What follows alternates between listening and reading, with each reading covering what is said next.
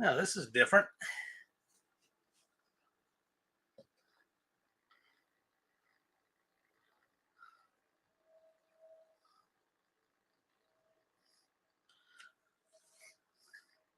See how many seconds it takes somebody to click on that.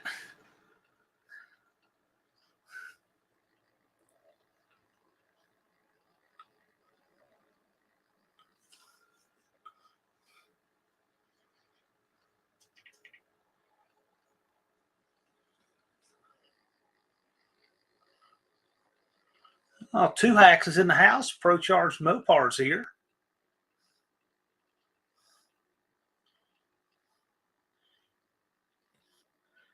I'll send myself this link.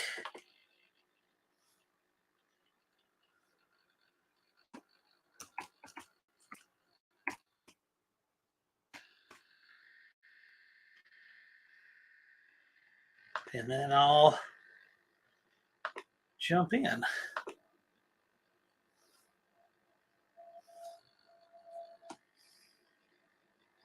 Oh, there's everybody.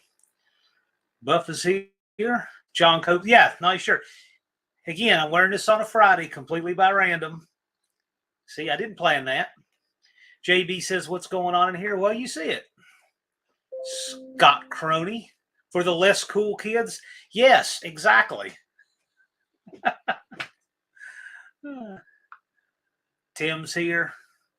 Rabbit Transit J. Rabbit Transit J, I heard you went on a field trip. I won't say anything more than that unless it's part of a video that you want to put out on your channel. Buff says you can't have Mopar without Tim. Well, perhaps. Pure Pontiac Garage. Dizzy Izzy.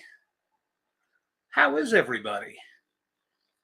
So today, I didn't book a guest today. There's a lot going on today in the live world. I did book a guest for 2 Fridays from now. You're not going to want to miss that. The Whitetail Rancher can finally comment and say hi. Yes, you can. My Aunt Nancy's here. My mom's here. Check that out. Wendy English. Mopar Black Space Night. What's going on with the Roadrunner? Looking forward to that. I've got something going on with the Roadrunner. I keep hitting dead ends on what I'm working on with the Roadrunner, but you will see.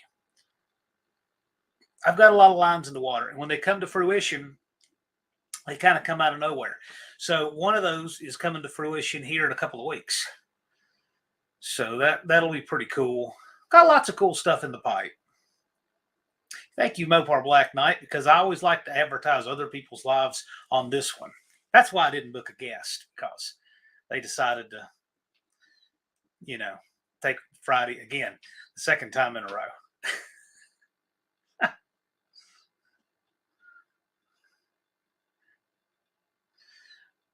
Well, I got 24 in here, though. Anyway, I figured that we can just hang out.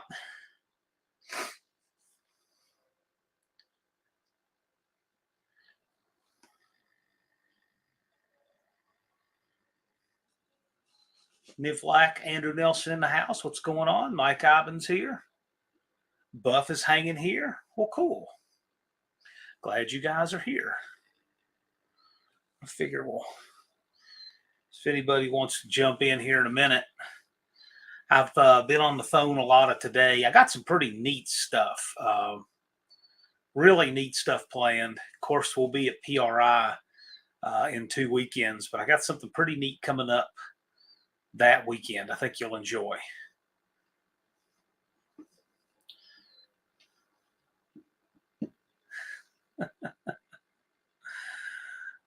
Hope everyone had a great Thanksgiving. Well, likewise.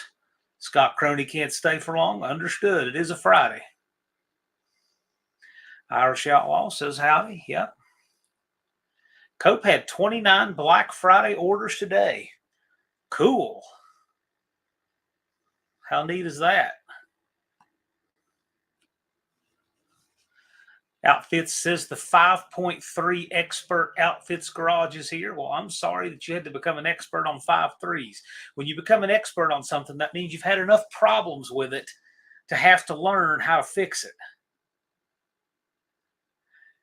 Andrew says, thanks for joining our live last Sunday. Well, yeah, I would say that's true for anybody in the chat. That was a fun live. I try to catch those when I can. For those of you who didn't see it, the Nelsons put the wheels and mocked up all the sheet metal on that little Volvo they have and weighed it. So if you're curious what that little rocket, which should run 7.25, if you're curious what that thing weighs and you want to see what it looks like sitting on the ground and rolled out in the sunshine, go back and look at their live from Sunday. It's worth watching. Whitetail Rancher had a great Thanksgiving, fed just over 300 people Thanksgiving dinner. Well, that is cool. That's really cool. That sounds like a lot of cooking. Scott says, I'm an expert on rusty floorboards, if that's the case. Yeah, I've had to do a pile of that stuff like that over the years. I put floors in my camera guy, Jonathan, his truck. His floors were so rotten in his 76 F100 that one cab mount was completely gone. 360 degrees was missing. And the cab would deflect on corners. He said it was the worst when he went around a right-hand turn. That's how bad it was.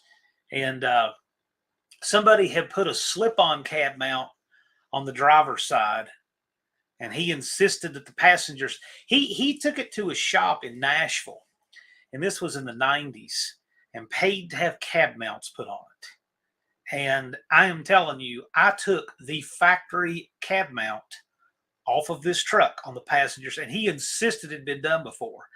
I said, well, let me tell you, I mean, these guys are good because they did pinch welds and all exactly like the factory. The truck had never had a cab mount put on it. It was all factory. And the driver's side had a slip-on mount put on it, which if you're not familiar with those, it's just basically like a big shoehorn that goes over top of the rusted out mount. I don't like that solution because they'll get water in there and it's kind of worse. But yeah, I did them on that truck. It was so bad. The cab mounts were gone. The floors were gone. The passenger side floor was so bad that it had rusted up to the seam weld between the floor pan and the firewall. So the bottom of the firewall was even jagged out, gone with rust. It took a lot of patching little tiny pieces into the rockers and everything else to make that one solid again. But when we were done, it was great. When we were done, it was all solid and happy again.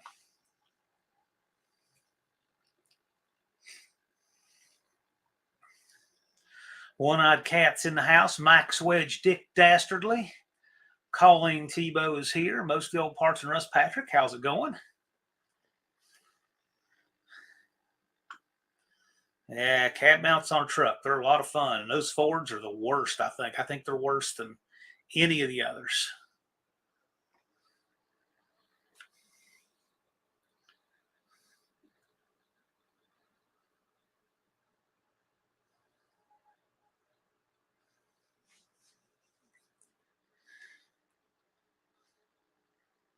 Let's see here. I'm going to go ahead and drop my link here in the chat. Let's see, Scarlet, the four-eyed Cuda's in here.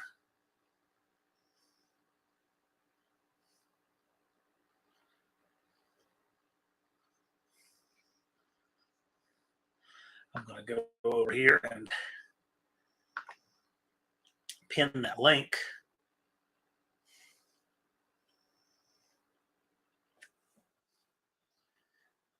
Kill that sound before I do, so it doesn't blast. Creates pretty gnarly echo.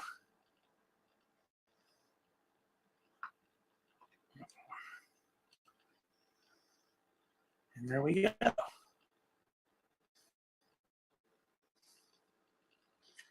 Like that, we're pinned. Chris Greenaway is here.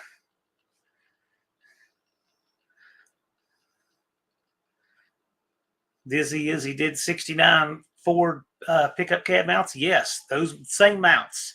They ran them a long time. They're a pain. The mount itself lines up with the pinch weld between the floor pan and the firewall, and it lines up right on that. So when that's rotted away, now your challenge is you've got to string line it from whatever's left of it to try to make a line upon which to get your cab mount lined up with. So I had to do that, tack weld that, then make a little piece to connect to it, tack weld that, take the string out, make sure everything's sat level, the body lines were level, and then welded it up. Whereas if it was just a cab mount, you could just basically set it on it and weld it there. I mean, we're putting pieces together that, we're just out in space. The reference lines themselves were gone. I see Dakota sneaked in here. How's it going? Danny Boyd says plate and table cleaner are going on. Yep, I see Chris found his Mercury Montego GT project car. There you go.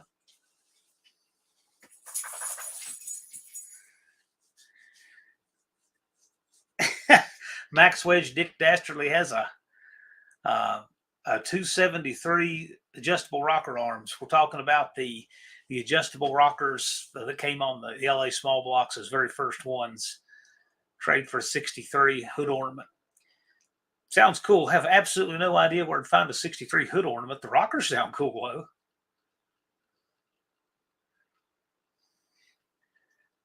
Lunar says, what am I doing this evening? I see there's no number there yet. There is no number there yet. We're working on getting the number.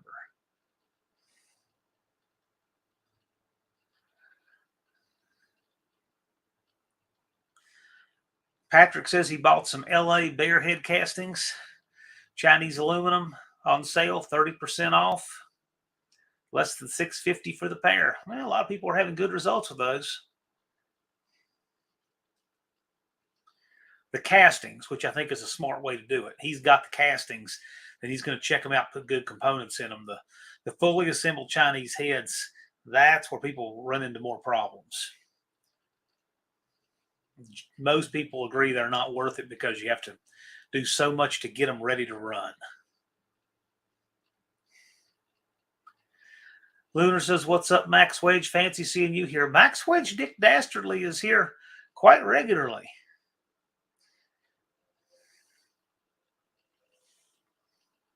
Buff says number coming hopefully next month because I'm broke right now. Yeah, I'm planning on next month.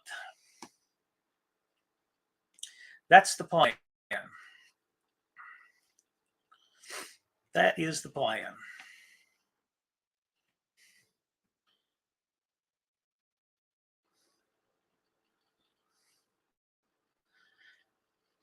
Scarlet, the four-eyed Cuda, betting the day to something less than 365. Well, that's probably a pretty good bet because 365 puts us pretty much into winter.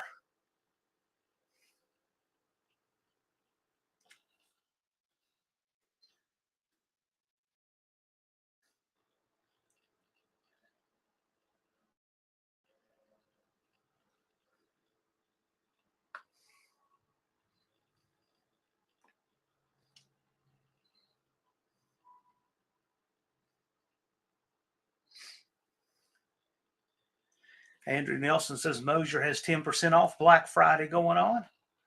Sounds cool.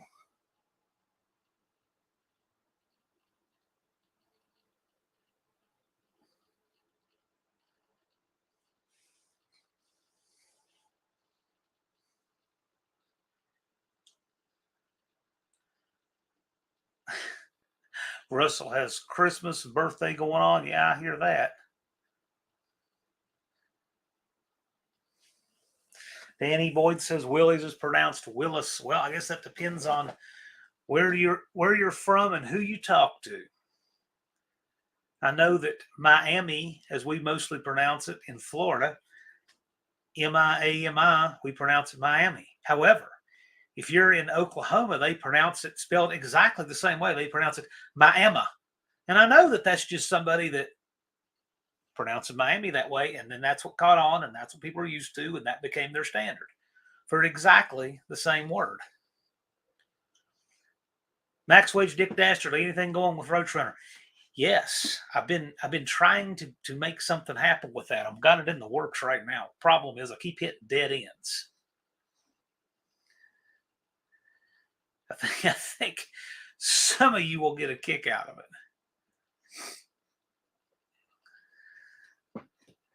It was a prop for my Christmas card last year. I don't plan to do that again this year. It was fun, though.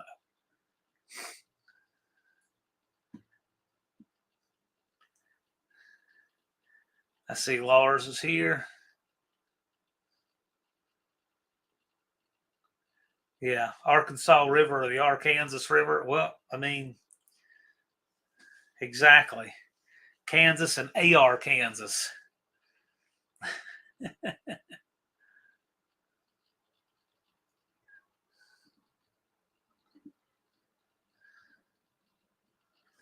Well, Lunar, I'm the one that got really busy with the No Name Nationals. It pretty much tanked all of my projects.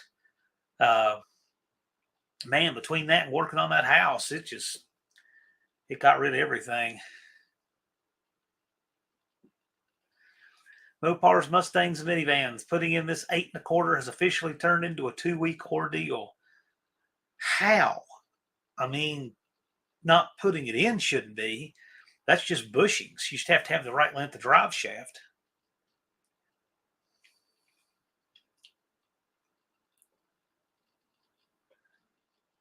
Yeah, see, and then Andrew Nelson, he sees the way that the other people have heard it. I've heard it both ways. Yeah. In fact, I've heard more people pronounce it that way as Willie's.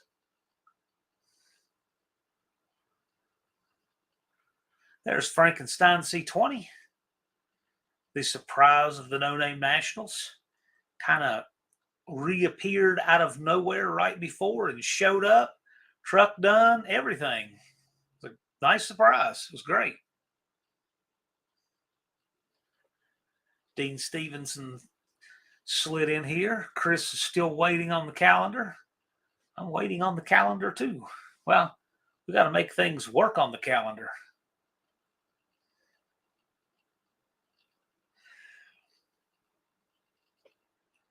Rebuilding and reinstalling a 5.3 turn into a month. I would take that anytime.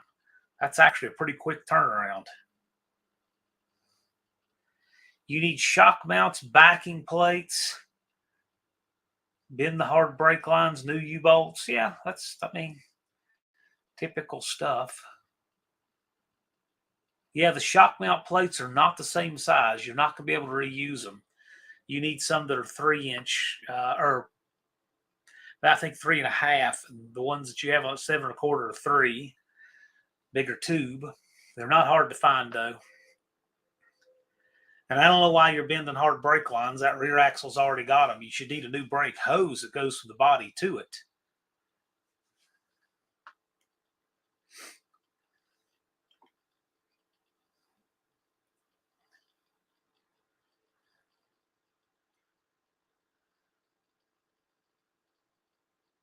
Yeah, Pure Pontiac Garage Sound. I've heard it pronounced Willie's. Yeah, I've heard both, but I have heard Willie's more frequently. My dad had a Willie's Jeep until he pronounced it, but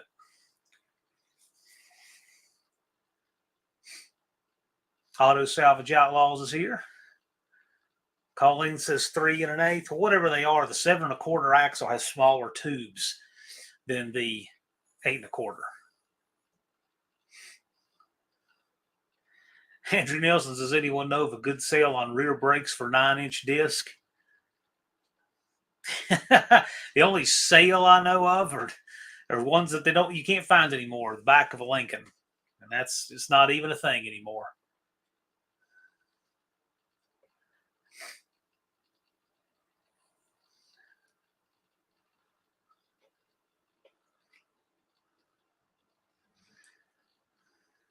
I see Hunter Sound Mountain Ballistics is in here.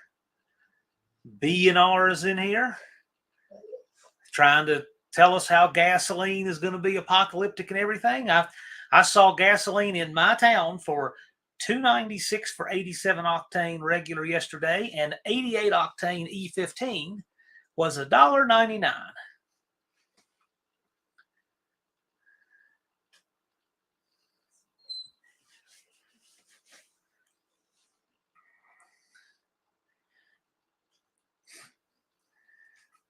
Let's see here.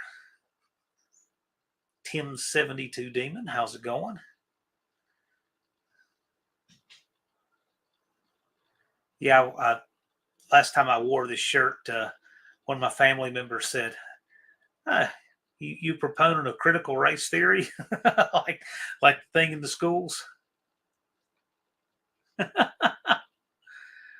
BNRs, I've not said anything. Sure you have. That was the whole theme this past year was $10 a gallon gas or whatever. That's why I put up that community post when it was $2.96 the week before or whatever it was. I got some in Roanoke.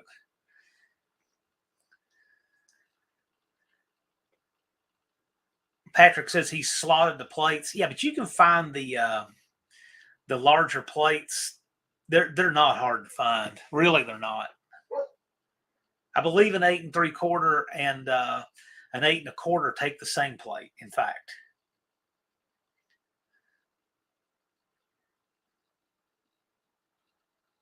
Chris Greenway wants a sleeper 460.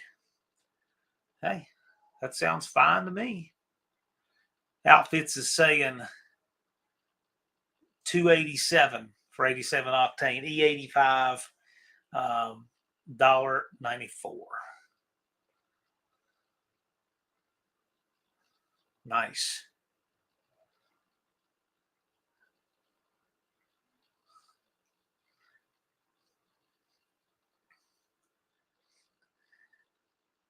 Auto Salvage Outlaw says gas needs to be 75 cents a gallon. I wouldn't, I don't dispute that a bit.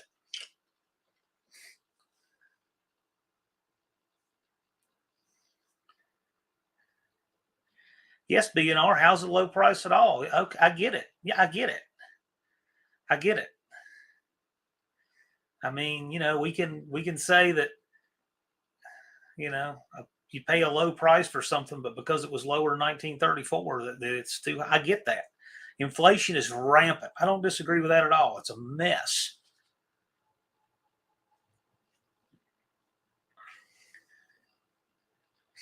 Lunar wants to buy a 55-gallon drum for next race season. It's not the worst idea.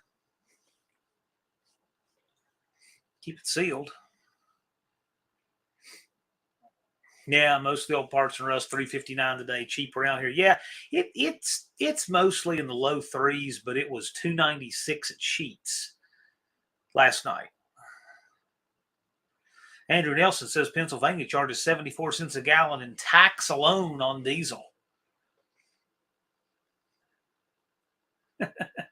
Yeah, I love that.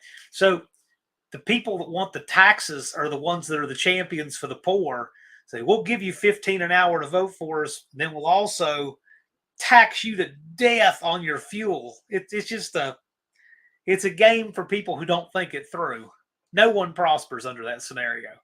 But there are more people who believe it, and that's all it takes. You get the check mark by your name, the reality of the consequences is immaterial for some people.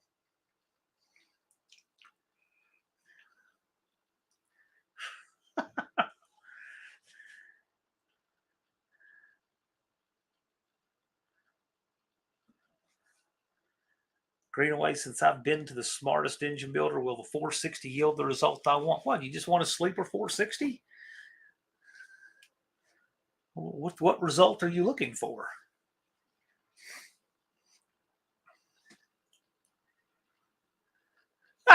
Lunar says ethanol smells like wet gym socks.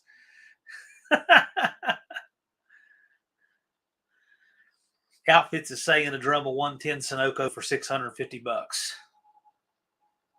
It's probably about right. Andrew Nelson says elections have consequences. Yes, they do. Yes, they absolutely do.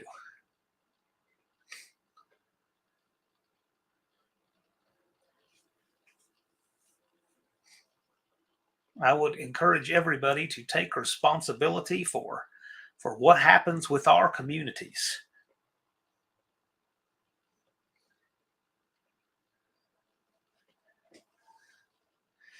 Izzy's asking OEM electronic distributor points. Man, I like both those options. They both have a few fleas that come with the dog. I can tell you this. The points distributor is pretty cool. I like it, but you want to run really good points. Traditionally, I've run the standard Blue Streak. The Napa points are okay too. You want to stay. The ones I've had the worst luck with are those really cheap Wells points, and some of these off-brand points. The plastic is soft. The ribbon block wears out really quick. Some of them burn easier too. The standard is good about not burning the face on it from arc. So now, as far as the OEM electronic distributor, I've had really good luck with the distributors. Yeah, I know they're not perfect. I get that, but I've had really good luck with them. The thing I've not had quite as much luck with are the OEM ignition boxes. Man, when those things get the least little bit of short in them, I've seen them melt the epoxy out of the back, seen it running down the firewall. It's a disaster. I've got one.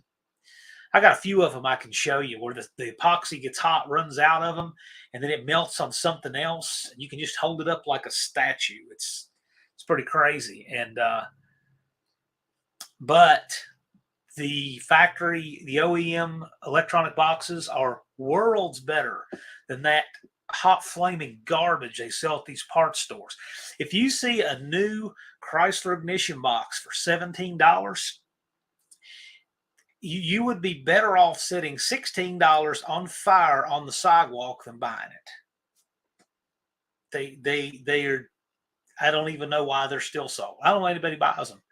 I bet not 50% of those things live 3 months. And even the Mopar ones made in the last 10 years are really sketchy and hit and miss. Even then, you want one that's probably 10, 15 years old or older. But that said, I've had good luck out of the factory boxes. I'd carry a spare, just like I'd carry a spare set of points. Is there a perfect answer? Not really, but that'd be my suggestion. Hoosiers in the house. Hello, sir. How you doing?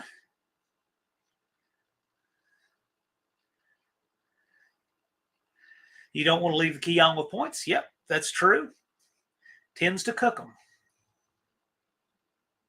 And by that, he's talking about leaving the ignition on position. You can leave it to accessory, but not ignition on. Hoosier says convert to points. Yeah, I mean, you could, depending on what it is. I mean, and there is some validity in that. I know that a lot of the electronic ignition systems in the late 70s, early 80s were such junk that it actually made sense to convert to points because it was better than the first 10 years of electronic ignition. I mean, I know the early Ford electronic ignitions were terrible. So yeah, there was, and just, well, okay, like, obviously lean burn. There you go. Would you be better off running lean burn or better off running the old school points ignition? No question, right? It took Chrysler a while to get that right. It's just like electronic transmissions. Those electronic valve bodies, the first 5 years of those that Chrysler had were so bad.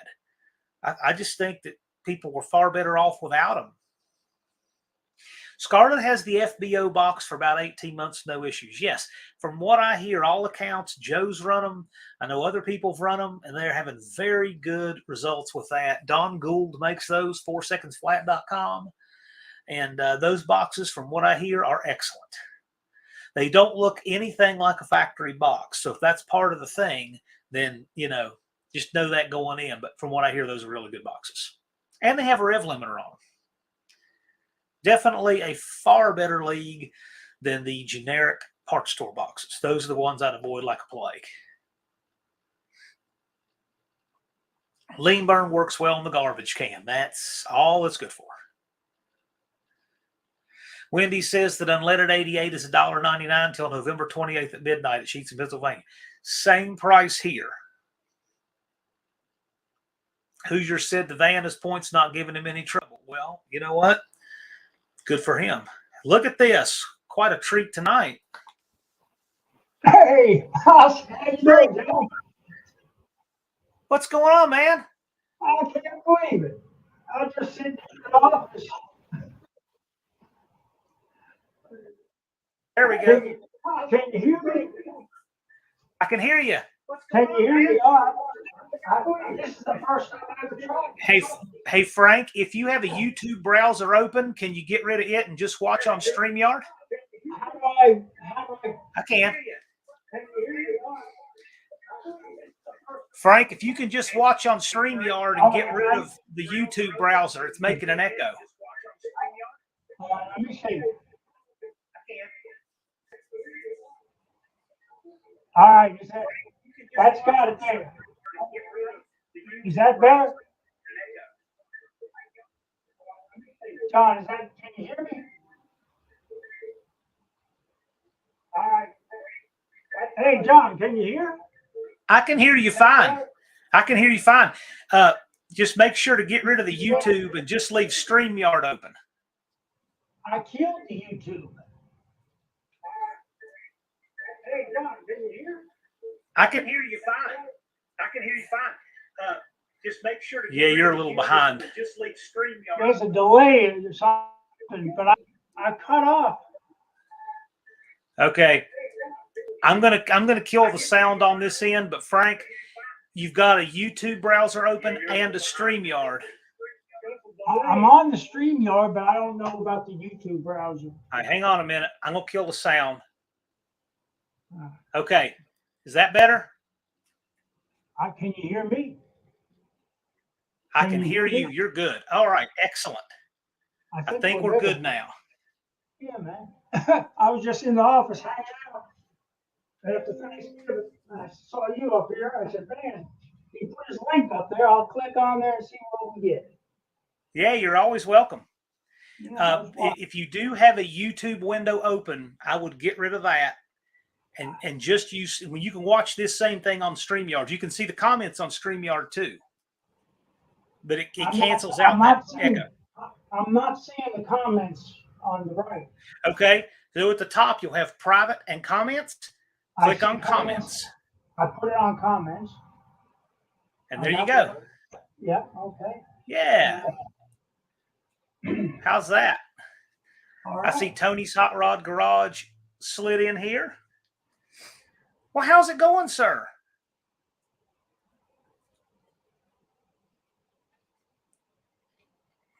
You talking to Tony's? I'm talking to you, sir, Mr. Frank Parks. You're on screen with me. How's it going? It's fine. Just I saw your link. I clicked on it, and believe it or not, I had the microphone and my camera cut off on my computer for forever. This is the first time I've ever used the camera. But anyway, this is great. Yeah. For those of you who haven't seen it, I did a live with Frank from Mopar Restos in Georgia last year, and it was great. It was fun. We had the rocking chairs out, and we're hanging out, and the time just flew by. It was great. I thoroughly enjoyed it. Yeah, I've watched so much of the YouTube in the Mopar world through my little screen here, but it seems like these days I'm not part of that world. But anyway, everything's so far away, you know. I'm glad to have you on, and I would love to come back down. I'd love to do another stream from your shop. That was a blast. I had so much fun doing that. Well, we can do it. I'd love to do that again. You're the one that has to travel. Excuse me. You were talking about the gasoline prices and stuff. I don't go anywhere these days. I just sit here and work. You know that old car. How are things going? All right, it's just slow business wise, but I've been using the time. That blue GTS of mine, I've got the whole bottom of it tore apart and rebuilt the rear end and working on the front end now. I got to take the K-frame out and straighten the damage on it, rebuilding the disc brakes. Just always something on this old car, you know. Neat. Yeah, I've been working on an old house, which I would always rather work on cars than houses, but this is just one spot to get done. You grew up in that house? That's my grandparents' house. Okay. And I've inherited the last remaining ownership that was my dad's, because I'd already bought out half from his brother. So now it's up to me to get the rest of it back in shape. Was it horrible? Yeah, it's rough. It's Yeah. real rough. I told It him was I real got rough. a money pit, but since you're doing so much of it labor-wise yourself, you'll be all right. You'll make it. Well, it needed all kinds of structural. It needed a roof. Electrical, plumbing have been completely upgraded in it. It's just been a pile of work, but it's looking good. It's turning out nice. Are you doing all Uh, that yourself? about half of it. I had some roofers do most of the roof. I did a lot of the structural roof. I didn't do anything on the front. Well, and I take that back. I did two places on the front, but it's a real steep Cape Cod. So I didn't get out on the middle of that thing playing Spider-Man. I did the structural on the top and on the bottom corners, but I wasn't going to be climbing on it. On ladders? Yeah, I didn't get on the dormers. Didn't do anything on the dormers. They That's did all of hard. that. That's dangerous work. You don't Yeah. you don't heal good when you get older. Not my bag. How come you don't have anybody else jumping up here on this stream yard? Oh, because some people are camera shy. Yeah. Well, I Danny am. Boyd's asked if I'm going to rent it out. Yeah, I need to. I need to recover the investment. Dust Devil Garage is saying hi. Where Robert Demicky is saying hi. where's the house in reference to where you live, John? How far away is it? The drive is 78 and a half miles. Okay, so The house is in Bluefield, West Virginia, a half a mile across the state line. but that's not your dream house. You don't want to live there. No, I could wind up retiring there. I'm not Okay. saying I couldn't, but Does it have garage? sorta. It's got a garage apartment, which is where I stay when I go there now. Garage space? A space for a garage. I mean, a space for shop building. Not really, Okay. but I am working on that. I could do something with that. That's what it looks like. It's got a scaffold up. Yeah, I saw when you had that. Uh, so if you Not a want to bad put a looking shop, place. you want to put a shop, can you put a two-bay garage behind it or beside it? Is there enough space? Well, it's got that. It's got a 2-bay garage apartment. That Well, it has, but I'm talking about to work on cars. yeah, I could. I could. Isn't that a priority in your life, being a car guy or something? It is, but I don't know that I'd live there. I've got a few options of where I could live, and see, the thing about that town is you could buy or even rent shop space pretty cheap. Okay. So you don't need it in your backyard. Yeah, I could do that. In fact, I'm actually looking at a building down there now, but I think he wants too much for it. A commercial building? Yes, it's an old dry cleaning building, and it's got a lot of space, but it's kind of so the College Avenue runs into Bland Street in that town, and everything on the north side of it, that's the beginning of the hood, and everything on the south side of it's the beginning of the nice neighborhoods. And this, of course, is a block or two on the hood side instead of a block or two on the nice side. If it were 2 blocks the other side of College Avenue, it would be worth what he's asking. Well, you can buy it and change the neighborhood. Well, it's what I would want to do is rent the southern half of the building, because I think it would be a good rental, but it is so hard to find a good tenant. I'm gonna have a hard enough time finding one for this house, because in the short term I got to rent it and recover my money. I wouldn't want to rent the shop anyway. I want to at least buy it or rent it to buy Yeah. some kind of. At this point in my life, you've been here, so you've seen my place, but I'm Yep. still, I don't have a house. I'm homeless at this point in my life. Yeah. I'm sleeping in the back of my Valiant. I'm just kidding. You got nice digs there. I don't have a house though. Yeah. Being a car guy, I gave up that house. I thought I'd have a house too, but I'll never have a house. But I got my little apartment in the shop, and that's Yeah. as good as it's gonna get. That's my reality. But I used to want a house, and now I wish I had the money, but I probably wouldn't buy the house. Yeah. I don't want another maintenance monster. Well, my thought on that is at least get it, invest what you need to once, And then once you've done that, it can be somebody else's problem, right? So, So the way I look at it is, if I put one good roof on this house, by the time it needs another one, I'll be 100 and dead, and I'm not worried about it. you might outlive it. You don't know. Who's coming on? Who's Irish there? Outlaw was in the house.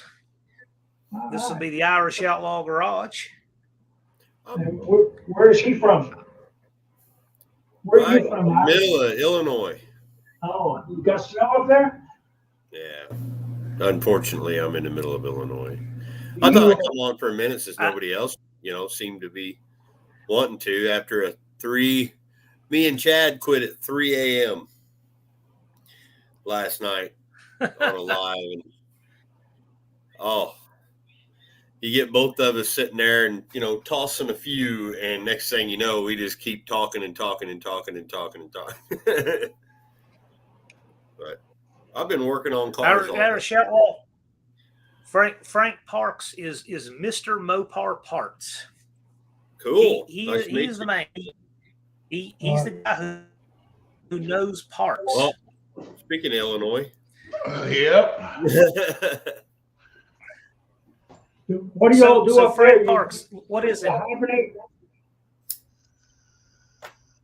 I'm asking the Irish Garage, what does he do for the winter? You work on cars in the winter like the Canadians do, or you just... I'm an owner-operator trucker. Oh, so you're out on the road, okay. Yeah, I do construction work. In the wintertime? Oh, yeah, I'm hauling dirt right now. Oh, okay. As far as I can, probably till the frost gets too deep, and then we'll have to stop. Then I'll end up going to Chicago and back every day. Yay. Yeah. It's amazing what dirt's worth. What's that? So it's amazing what dirt's worth. Oh, yeah. What hauling is worth. How much is sand cost per ton? Just the sand, not the transportation. Usual. $4. Oh, no. It's more than that. It's probably I remember the sand was next to nothing. Yeah, there was a sand pit there. There was a sand pit down from Jeffers, and she told me what the cost of sand was, and it was next to nothing. But having it transported, no, that's all the cost of it right there. $400. Yeah, we paid a couple $100 to load having it brought in. Well, you figure the truck, if it's within reason on delivery, the truck off of a dispatch gets about 4 something a ton, 20 tons to 25 tons.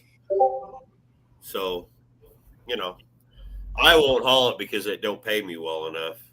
Yeah. The only person that's making money is the sand pit. So. Right. Well, no, the sand pit does dirt cheap, but it was the hauling fee. They were really honest about it. You would make good money on sand if you were in Sykeston. Yeah, see, Tony says it's $10 a ton around here. Plus, exactly, it wasn't even that much down there in Missouri. Well, the closer you are to the big river, the easier it is to get sand. The more is there, the better sand, actually. But where I'm at, right in the middle of the damn state, there's no river. So they dig down and find some old traps, from old riverbeds. But I mean, I try to stay away from hauling sand. It doesn't pay trucks very well around here. I'll haul the hell out of asphalt, though. I ain't done much of that this year. It's been mostly dirt and rock. Building a big interchange in Champaign, Illinois. Brian? Huh? Brian, how's it going? What do you got going on a Friday? I'm used to seeing you on Saturdays. Oh, I was just here working. Usually this is my filming day. But I gotta fix that damn charger more. I gotta put ball joints in it. I'm gonna be doing that here after we're done here. It looks real easy though. Once she gets back, she went to go get her What something year to drink. charger is it? 06. Late model. Yeah. Yeah. because we're actually heading out, and I'm gonna pull the carburetors off of this, and because I rebuilt the carburetors on that, but I never. That was my first time rebuilding the carburetor, so we are headed out to Jed's tomorrow, and I'm taking those carburetors out there. We're going to do a collab video and maybe a live. I'm going to have him go through them with me because he knows those things, you know. What kind are they? That's cool. 660s. Polys? Yeah, Holly 660 center squirters. Just like John. I know John's got a set. Yeah, he's got a nice set off of a Malibu, I hear. These came off Andy's truck. Oh yeah, His new engine. Well, I'm gonna say it out. We've got 750 Dominators on the new one, so this is the 660s that came off of Casper, and they're nice. Oh. They got billet base plates. They're fresh and ready to go. But that's what I'm like. They're called that. plates. If you can look in there, it's got a central squirter. That's why they call them that. yeah. I got the This is tunnel pretty ram sought car. after design. You don't see them anymore. And when they open, they don't open progressively. They just open. Yeah, they're made to use on a tunnel ram. Yeah. They're That's all or what they nothing. are made All four open or nothing. These are date coded 1979, made the same day. I just rebuilt the 650 on Blanche again.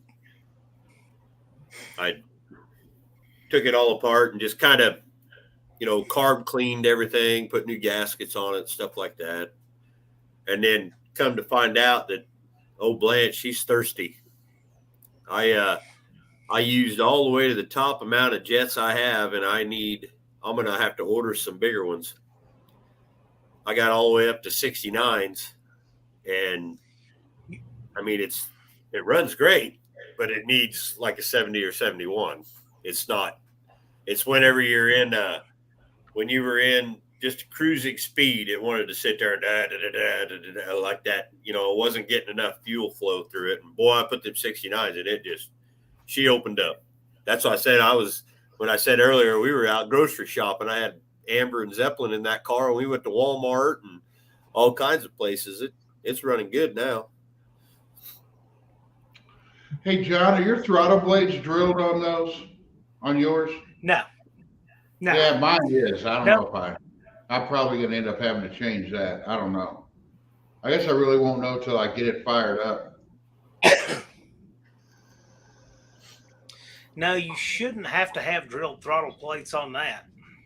Yeah. I don't know what it was on. I got the tunnel ram and the carbs all together as a set. The tunnel ram, carbs, and the pressure regulator. I paid $600 for all of it. So for small block Mopar, that's a hell of a deal. Say hi to Bear Rose and James show. They just slid in. For those of you just getting here, we got an interesting panel today. We've got Frank Parks, Mopar Restos is here. We got Dust Devil Garage Brian and the Irish Outlaw. That's a different panel, isn't it? Yeah. Is my sound Frank good? Parks. I got so when I was down there at Frank Parks' place, you were showing me that there is a 1 year only headlight adjustment screw. Was it a 65 Coronet that's got the 1 year only headlight adjustment? I was showing you about those headlight bezel screws, but anyway, that I was able to match for a customer. Some of that restoration silliness, yeah. That is really cool. I'm telling you, that's a nice niche. It doesn't pay anything anymore. Well, Why, yeah, are they depends what people repopping are doing. everything now? People are looking for original stuff or what? What's that? I said, are they repopping everything now and it's harder to sell the original stuff or? Well, the good days are long over. Everything's restored. The people today are trying to restore the car's original. And like you said, a lot of the sheet metal and stuff is being repopped. But I did well when I had B-body stuff to sell, and there were people doing B-body cars in the 90s and early 2000s. but it's just a downward spiral, very slow business-wise. I've got a hoard of A-body stuff, which I'm starting to cut loose with it. I sold my first car, a 74 Duster like you got. I just sold it in February. That's the first one I sold in 25 years. I had the car for 30 years. I finally let it loose. But anyway, I have two The more. A-body stuff's coming up. The A-bodies are coming up in price. I can't believe it. Yeah, the cars too. I'm an A-body guy. I've got a ton of them here, but everybody wants to come in and get the top A-body stuff I afford it. And meanwhile, I'm going to sit tight for that. But I'm thinning the herd from 74, the big bumper cars, down to like 72, 71. I've got a number of those for sale. But the 67, 8, and 9s are my favorite. Yeah, I like the Ours too. the fuselage cars myself, all of them, the A bodies and the B bodies. When you're talking like 71 up B bodies, Yeah, yeah, they're nice. I used to have one in the family when I was a kid. Those satellite Sebring Plus. that's what my first car was a 71 Satellite Sebring. Yeah, this was a 72 Plus, and it looked like a race car with like rally gauges and buckets and console, but it was just a 318 two barrel. I had a 73. I had a 73 that was it was a rally gauge car, slapstick buckets, all factory, and it had 318 two barrel in it. Yeah, good little cars. 318. Yeah, they're good cars. And of course, you could drop a 440 one today if you had one. Mm-hmm. I actually owned a 74 Sebring Plus. Believe it or not, I did. It was all black, had somebody had swapped on a Roadrunner hood. It had all kinds of stuff on it. Pretty neat little car. It was 318 two barrel. Now, was it 74? You see where Dutch Guy's Garage? 73 that they went. What do we got? Oh yeah, A bodies are crazy. It was either Saw Dodge 73 or Aspen RT 74. sell online for 42 grand. Whoa. Wow, And that's body record too. that's crazy money. Yeah. A few of the A-body cars are bringing some strong money. Now, what are those Aspens considered? F-body. What was it? F-body. F-body. Okay. Yep. And then like the The Muratas F-body was came out in J-body, weren't they? 76. Yeah, the F-bodies, I never did get into them. Just chronologically, I was doing the earlier cars being older. And then being around those F-bodies, to me, they're just too heavy and bulky in the front end. I mean, Yeah. I'm not trying to step on somebody's hurt their feelings, but an A-body to me is the way to go. If you even an A-body for just having fun for the bang for the buck is better than a B-body in my opinion. That's why I like them. But if you're I would agree with that. If you want to go fast, I mean, obviously you're going to take an A-body and go fast with that. The B-bodies, they were fun, but now they're too valuable for the pristine ones. And they're just big, bulky cars, carrying another 500 to 800 pounds of weight. I don't see the sense of trying to go fast in the B bodies these days, personally. But I mean, I'm probably gonna hurt. Now Frank Parks, you're known for that. You like original stuff, and you're known for that. So what kind of aftermarket? What kind of modifications do you like? Oh, I get crazy. I put some big monster headers on something, and free flowing exhaust, American mags. A period set American mags on the car. That it doesn't get much better than that. But cool. But I still like. I think that the guys with that fast class, that factory current stock tire class, I don't know if they run it up north. They don't run it down here. But those guys, they got it going on. It's big bucks, obviously, but they start with some pretty pristine tires. And then they got to run those bias ply tires, and they are screaming.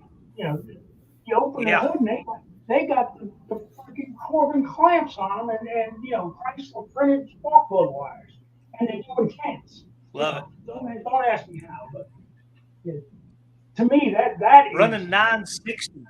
Yeah, to me that's the challenge there. I mean, just building something that's just a freestyle hot rod, that's fun, but to me it just doesn't look as good. If you can go tens or nines with some Goodyear polyglass, white letters, that's awesome. I'm on the total other end of the spectrum. I like the wild street freak stuff. Yeah, you and Scott too. Jeb Scott Speech, he's crazy with the blowers and stuff that he's building. But it costs. It's very expensive.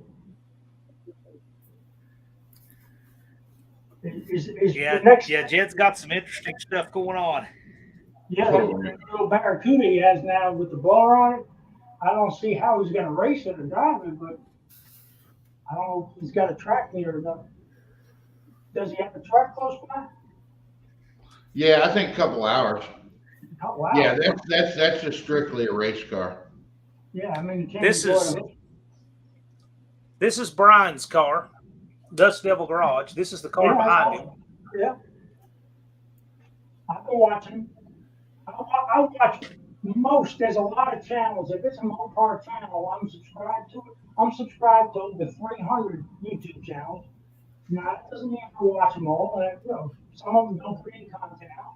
But especially the guys with the non-international cars and stuff. If I'd have had better finances, I would have. I don't have a channel, but I would have gone to the Spectator. But it just costs so much to travel. But that was a wonderful thing. Yeah, I watch everything you've done on that Duster. I watch it. I was sort of hoping that your painter would put some more color beside black on there, but if that's the way you look at black, that's fine. You ever going to change the color in the future?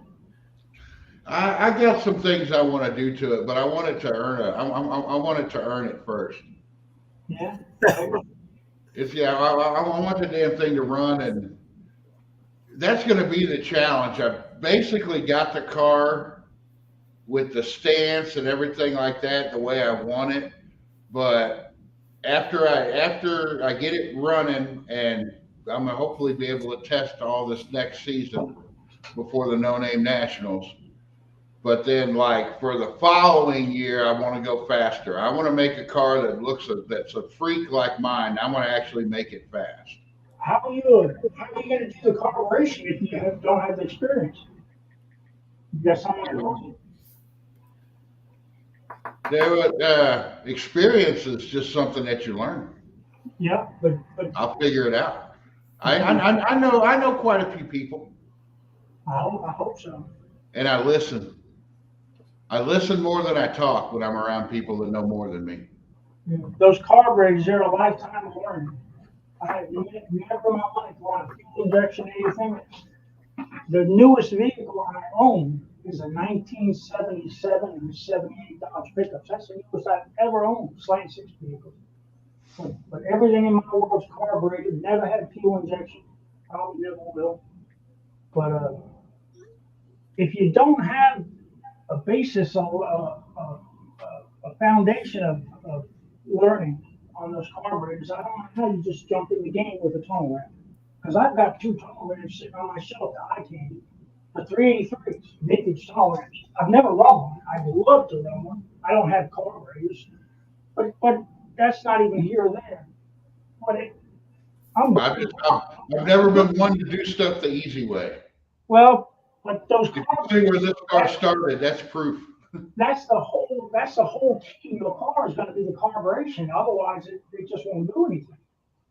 And you'll get frustrated, and the next thing you'll be putting that high sniper on there or something. No, I'm just kidding. Not on this car, anyway. No, I'm just kidding. But I see that happening for real. People that don't know. Oh yeah. They got more money. I haven't seen anybody who really, like on YouTube, I haven't seen anybody put that Holly Sniper on a car and have it run good yet. Well, I mean, honestly. I'm not. What's his name having problems with it out at No Name? Wasn't that the one who was Well, backfiring yeah, real that. loud all through No Name? Well, he had a big vacuum leak, and a lot of us thought that's exactly what it was. I told him, I said, that sounds like a vacuum leak. Andy said it sounded like a vacuum leak. And sure enough, he had some bolts in the wrong place in this intake and had these big holes right in the intake runners. No. That ought to cure it. Speaking of, there's Ryan right there. Mine's about to run real good, wasn't it, Snipe? Exactly. That car's going to fly now. He had Oh a yeah, bolt I'm not hole. saying it's bad. Yeah. He had a bolt hole cutting off the top corners of the intake runners. And I had one of my darts that I bet I tried to troubleshoot for weeks one time. And it was doing the same thing. It was crackling and popping like mad because it was getting that extra air and leaning out and backfiring. And I changed my gaskets. That's all it was. It was the gaskets. I changed the gaskets out I changed them 3 times, but I changed brand on that last time. Then it was fine. Never had another problem. He ran into something a little funkier. He had these orphaned bolt holes in the top of the intake in a really odd place. And so he'll weld the hole shut and then his will be fine. Yeah, Andrew Nelson said the snipers were great. It's just I don't know if it's just me, but from what I'm seeing is the people who buy that think, and Holly acts like it's just a plug and play deal. Throw it on there, it's going to go, it's going to learn. But it's like anything else.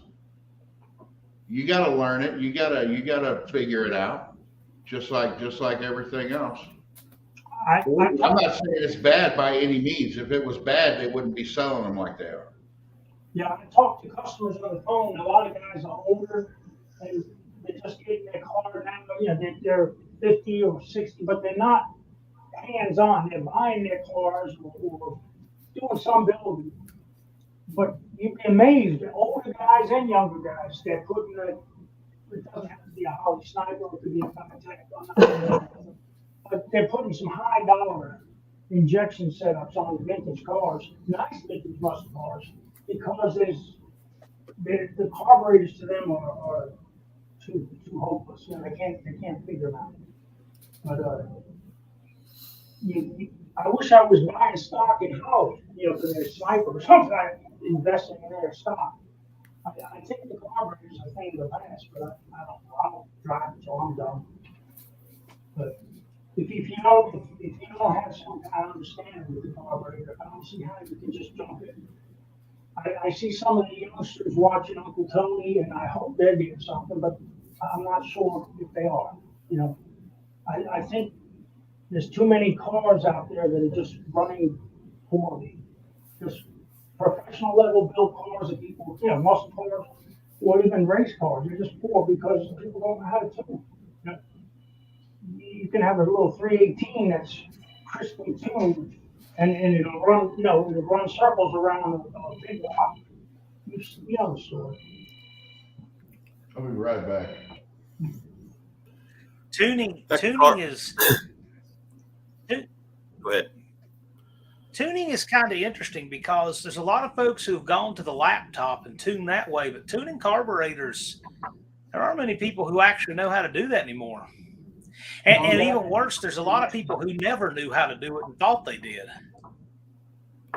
So there's a lot of misinformation in carburetor tuning. So you I see. I'll say hi to Jason. He slid in here. John, from your Go point ahead, of sir. view, you think in the hobby we're going to have a further, we're going to go to the big shows and up under the hood's going to be fuel injection on all these vintage cars running vintage motors? It won't be on mine. I can tell you that. Well, people with enough money to just pay. If that's the only way they can enjoy their car. To me, there's no soul in that at all. That's not an option. I just don't like it. But to me, a muscle car needs a carburetor. Right. But I'll speak for myself. I tell you, I lose a lot of interest in that. When I saw a write-up on a '69 Roadrunner. Popped the hood. It was fuel injected. It had serpentine belts and it had digital gauges. Yeah, I I just was saw that. done. I didn't The read one in anything Mopar, else about it. it's the one in Mopar magazine. 68 and 9 road over the top. Is that the one you're talking about? Yeah, this one John? was blue. This one Oh, was blue, and it was just way too modern. I didn't care for any of that. yeah, I don't care for that either. And I guess there are people that want to have a new car that looks like a 69 Roadrunner, but to me, it's just not what I would do. Well, it's faking it. Yeah, it's not pure anymore. Pure Pontiac Garage says it's easier to fix carburetor out on the road than it is EFI. Yeah, I'd agree with that. If you have an EFI problem on the side of the road, you will not fix it with what you have and be on the way. We call it rollback. That will not happen.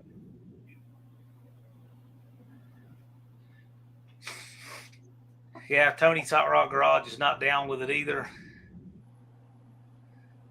No, not for me. I mean, I'm sure it's a fine enough system to have. I don't have a problem with it, other than it's just not for me. I think it kind of smacks the soul of those old cars to have it.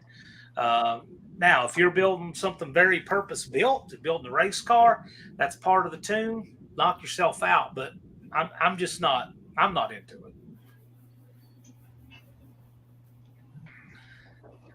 Yeah, Dan says you can with a carburetor you can see what's wrong.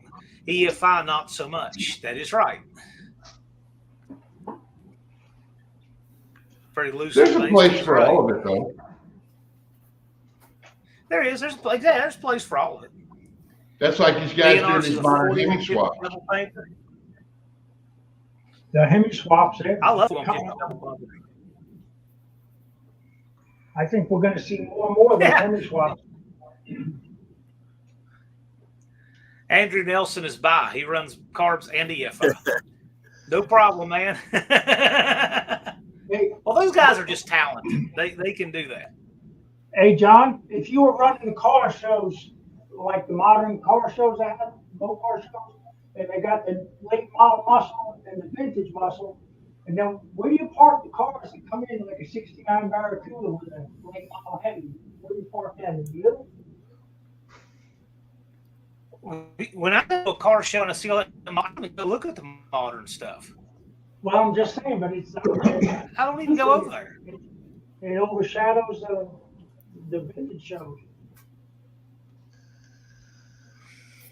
It doesn't to me, but I'll tell you, I know that just Mopar Joe, he went to a car show here the past year, and it was 95% modern stuff. I saw that video. I chuckled. Oh. We have Ryan from Streetcar Chronicles has jumped in the fray. What's up, Jay? Ryan, we've got Frank Parks, Irish Outlaw, and Dust Devil. What's going on, guys? How y'all doing? Ryan from Streetcar Chronicles. I like to mention who jumps on the panel because I'm finding that there's probably more people who watch this on replay than watch it. There's a lot that watch it live, but there are even more who watch it on replay. So when somebody new comes in, I like to let the listeners know, for people who will listen to this when they're driving, who's on the panel. Yeah, perfect. Yeah, that's usually what I do. I usually listen to them. Trying to make this better for audio only. Yeah. I just I figured I'd hop in and tell it. You know, the whole thing on the sniper thing for me was because I shot myself in my own foot. You know, like the intake that I ran on this is a TRX2 Edelbrock, which was designed back when guys were still running oval port heads. And so it has the upper bolt hole over the top of the runner for an oval port. And me not being a big block guy very long, I mean, I've had a couple, but I was mainly a small block guy my entire life. I just didn't think twice about it overlaying the runner like it did. And so when we pulled the intake off of it, that bolt hole was right over the corner of each intake runner on the gasket. And on top of that, these heads are not really designed for that intake. And so I had to run a special intake gasket that I didn't even realize I needed when I put the thing together. So I was sucking in air from everywhere, which we knew that was the case, but we didn't know it was that bad. And I'm hoping now the throttle response and everything of the Sniper is really killer. The thing that I don't like about it is that I don't know how to operate it properly yet. I have to, because I'm a carburetor guy. So, I'm used to having jet kits and accelerator pumps and, air bleeds and all kinds of stuff with me and all the time. And I need to understand. And this is what Dave said. He goes, basically, your air bleeds, your jet kit and all that stuff and your screwdriver and all that stuff are just right here in the laptop. You just got to learn where it's at and adjust it accordingly from a laptop. And, I'm trying to wrap my head around it because I'm like you guys. I'm a carburetor all the way guy. I did this on a whim to try something different, to step outside of my box. And, hopefully tomorrow when I start this thing back up, it's a whole different story. Yeah, that's kind of the point I was trying to make. I wasn't trying to down you or your car. No, not at all. Not at all, man. And I don't. I was just using the problems you were having as an example. Oh yeah, that stuff's just throw it on there and go, and right. It's not. It ain't all that. No, it's so you can do the self-learn thing, but with like an engine like mine, you can't do it. It won't do it. I talked to Holly when we were having some problems with the firmware in it, and I told them, I said, hey, we're having some hard start issues, and they're like, well, you need to set your target AFR and your target ignition timing and let it self-learn. I'm like, it's not going to self-learn on this thing. Like it's not the case. And I'm running E85, which those aren't technically designed to do. They can, but they don't recommend you do it. But I don't listen to what people recommend. I just do what I want to do, and I'll push it to the limit. When I figure out what it don't work, then I'll just move on to something else. And but also too, I've never had a tunnel ram. So Andy, Unity, gave me a lot of information on tunnel ram stuff because I've always been a single carb guy. Single carb, nitrous plate, open plenum, just your basic, whatever small block stuff. And I've never ran a tunnel ram. So when he educated me on how much timing the thing needed initially, I was like, oh, wow, I was way off. I was trying to start the thing on 18, 19 degrees. And he's like, you need to throw 30, 32 at it. I'm like, okay, makes sense. And as soon as we did what he said, it fired right off and ran. So it's just a learning curve, man. Everything's a learning curve. Just like when carburetors were they were around forever. I mean, that's all we've had until EFI came along. But when people started trying to go fast, they had a lot of stuff to figure out with them damn things too. It's a constant evolving. We got quite a diverse panel in here.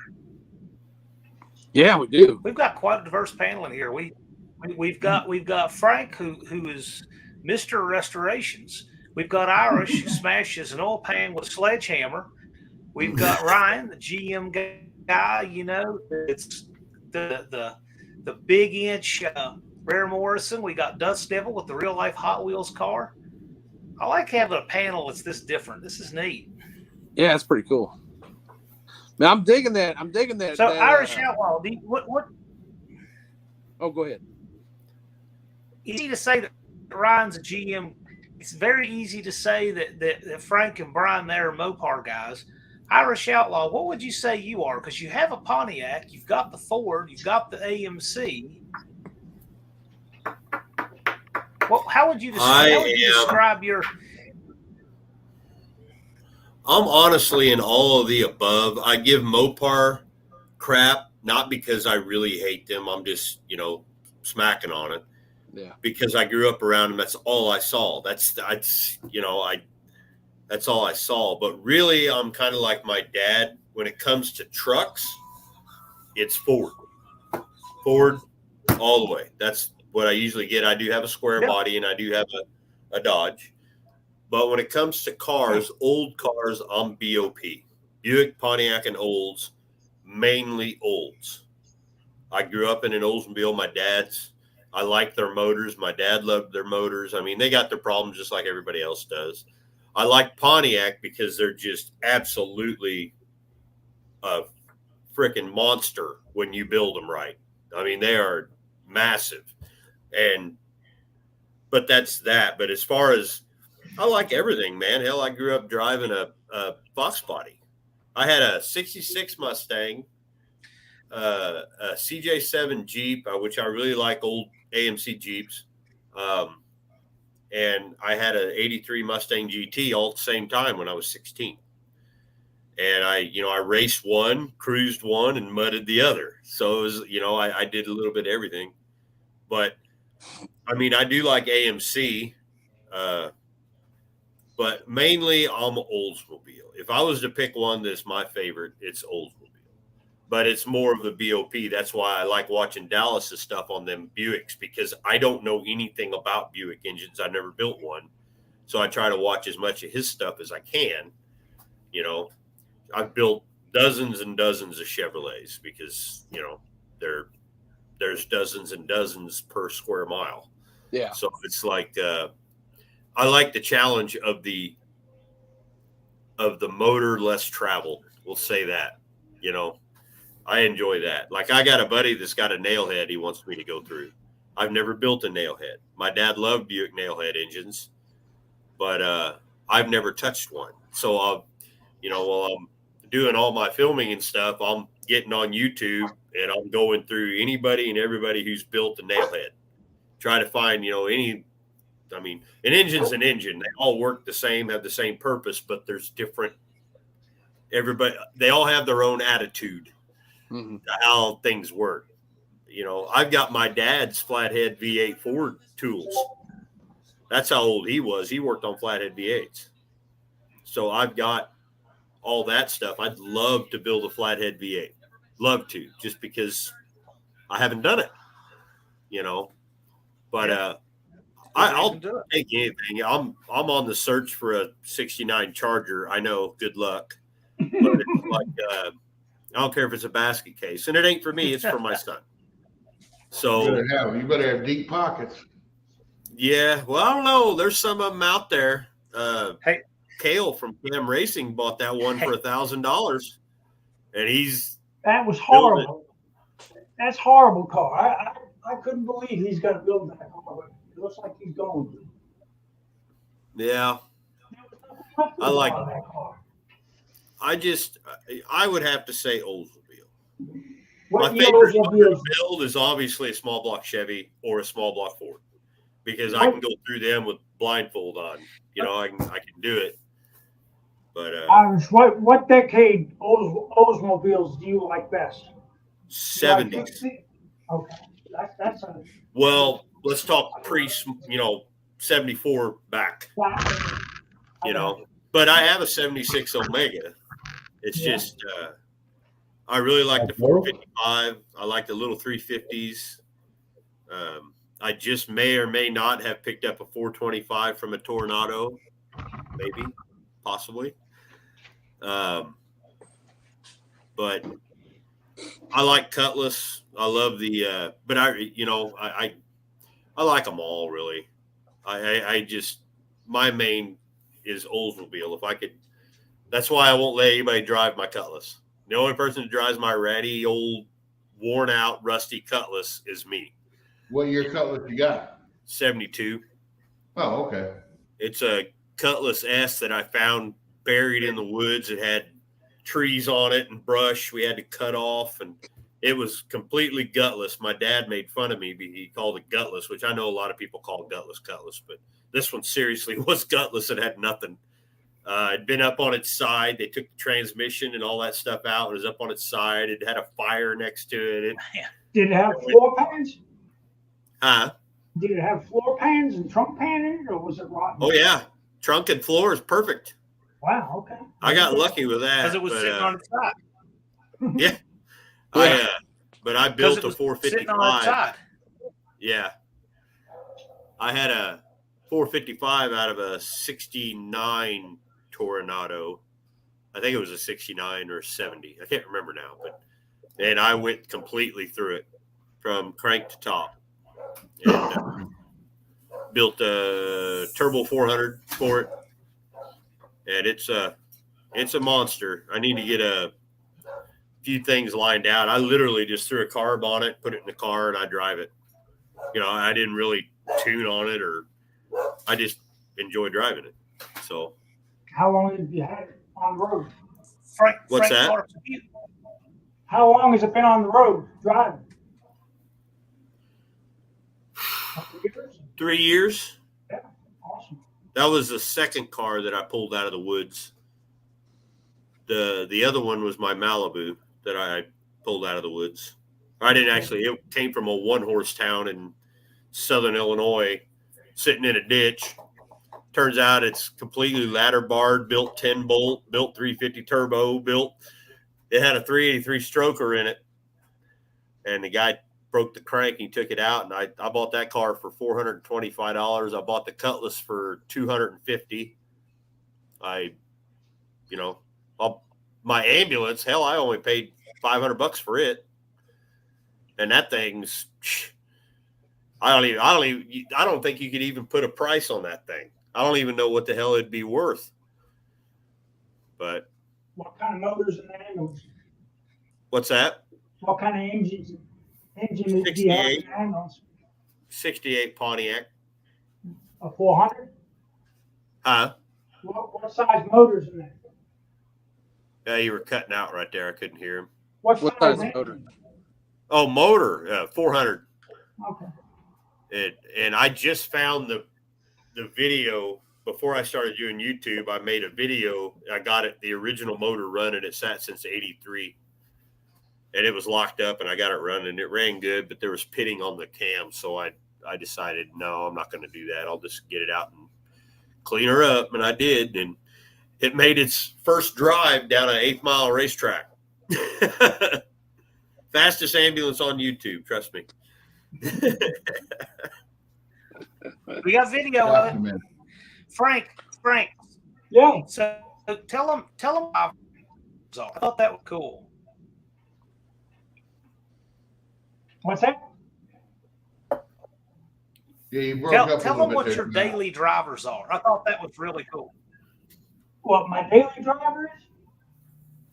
Yes. I'm in the parts business, and I parted a few hundred Mopars over 35 years. So I would buy cars out of backyards, fields, junkyards, wherever I found. And a local lady delivered mail in our town with a 67 Valiant Signet 4-door, little slant 6 automatic, 4-door Valiant. The only thing good about it was a Signet.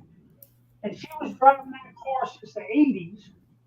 And I got it. I told her I always wanted that little car. So she drove it for a dozen years and then sold it to me for $300. And I bought it as a running parts car to put in my junkyard. It was sort of poor, but drivable. And that was in the late 90s. Well, I've been driving it since 99. I put 23 years of tags and insurance nonstop on it, and that's my daily driver. I never gave up on the car, and it's the most faithful little car you could ever have. It's POS, but it's a good little car. It won't quit. It's very tired. You throw a part at it, and you keep going. My pride and joy for my daily driver is my 77 Dodge pickup truck. Original paint, short bed, and it's a slant 6 3-speed on the column. Rubber floor mat with basic, just a basic cheap transportation. And I've been driving it for 23 years straight. And it's my everyday driver and firewood haul. Yeah, my old lady's daily driver is 74 Javelin. That's cool. That's a nice looking car. Yeah, well, cool. At least it's still last week it was anyway. Now she's driving Blanche, but I took that apart today. What do you do in the wintertime? Do you put it in the garage or you still drive one in the winter? No, they got heat. Yeah. But what about the salt? I've got a 4-wheel drive dually too. Yeah. She drives whatever. She just pick a key and go. You're blessed to have one. Frank, Frank, have you done anything with something that's not a Mopar? Like have you ever had much experience or owned any GM or Ford stuff? Never. I didn't think so. I was curious. And I've never had anything newer than that 77 and my other 78 truck. I've never had. Don't want it. No fuel injection. No pump. Guys, when I was down there, I looked. There is nothing newer than that on the entire property, like anywhere. Am I Awesome. late for 1975? You know, He lives it's the lifestyle. It's cool. It's real. This is real. It's as real as it gets. It's sort That's of, cool. it's sort of sad, pathetic, real, and sometimes life goes on. You've got to do something. And my days are endless here. Just a work day, working for yourself. Just you never wake up with nothing to do, or you never. I'm just at this point. I wish I had the youth, the energy. I really wish I had that energy back. But other than that, every day is. I don't plan to ever buy another vehicle. The year begins with a 2. No, hell no. I don't plan to ever do anything that modern. I have no interest in it at all. None. Yeah. But yet, I don't want something. I don't want anything with a screen. I was listening to Irish, and I don't visualize his cars or what his wife drives, but I see, like, if you watch Mopar Joe, he's got a client, he's working on that red Coronet 4-door. He turned it into a little bit of a sleeker street machine type car, cool car, and he's done masterful work on it. But from my point of view, our hobby has just basically, we use them for freaking parts cars. We kill all the 4-door cars, and even the guys, if you present them, the average Mopar guy, he's too good to drive a 4-door. But yet he doesn't have anything. He's driving an 80s car and saying he wishes he had a 69 Charger. You know what I'm saying? Instead of picking up a little cheap 4-door car and fixing it up, a 60s car, and driving a little car. Yeah. With the heat, I run into people the froster and everything working, and it's a good little car. I don't understand why people don't do that, but I live in my own little world. I run into people that seem to have this thing that they just say, "Oh, I can't drive an old car daily." I'm like, "Well, why can't you?" Yeah. I don't know why you can't. I didn't have a new car. I'm going to Indianapolis in 2 weeks, and I'm driving a 40-year-old van. I don't know why not. I drove nothing the world newer was than built on those cars. 1976 was the newest car that I had until I was 29 or 30. 20. No, I might have been 28. I had a Lightning. I bought a Ford Lightning. I did. But I prefer driving my old stuff. I got 4 1976 vehicles. Yeah. All different, the square body, the Malibu, the Ranchero, and the Omega. Yep. What's the hardest? What's the most difficult part situation from your General Motors perspective that you faced to try to keep any of your cars running? I mean, what has been a bitch for you? Well, there was a problem. There was a problem with lifters, but I think everybody was having a problem with lifters. I think it was. I'm not talking about the cams. I'm sorry. I was directing my question to Irish. Oh. And wanted to know, I mean, his 476 cars, 1976 model. So far, what's been the biggest challenge for you, parts-wise or trouble-wise, to keep your cars on the road, keep them running? I mean, are you having trouble getting certain electrical parts, or your blower motor doesn't work and you don't have heat, and can't find one? What's the biggest problem? That Ranchero, I can go to O'Reilly's and get everything. What year is it? Everything mechanical. I built the motor off eBay and O'Reilly's, and that of course it has a 400 in it or a 351 modified originally, but those are still prevalent in people use them for mud racing. For there's all kinds of parts for them. The Omega, I don't know yet, but it's a Nova. It's basically a Nova, so there's probably parts for it. The Malibu, I've never had a problem getting parts. The only thing I got that I have problem getting parts for is a Javelin and a 68 ambulance. That's the hard ones. Yeah, and the Javelin, you can keep mechanical parts on that. Do what? On the Javelin, you can keep it up mechanically. you know, the brake shoes, hoses, all that stuff's available locally. I'm having trouble hearing you on that one. I couldn't hear any of what you said. Yeah, Sorry about for the being Javelin. garbled. About the Javelin. Yeah. Can you keep it going with all the parts you need, new parts Oh yeah. from O'Reilly's? Yeah. Mechanically, you know, engine, Yeah. transmission, rear end, all available. Everything, because it's 304. They're everywhere because of Jeeps and Okay. stuff like that. The only thing I had trouble with was finding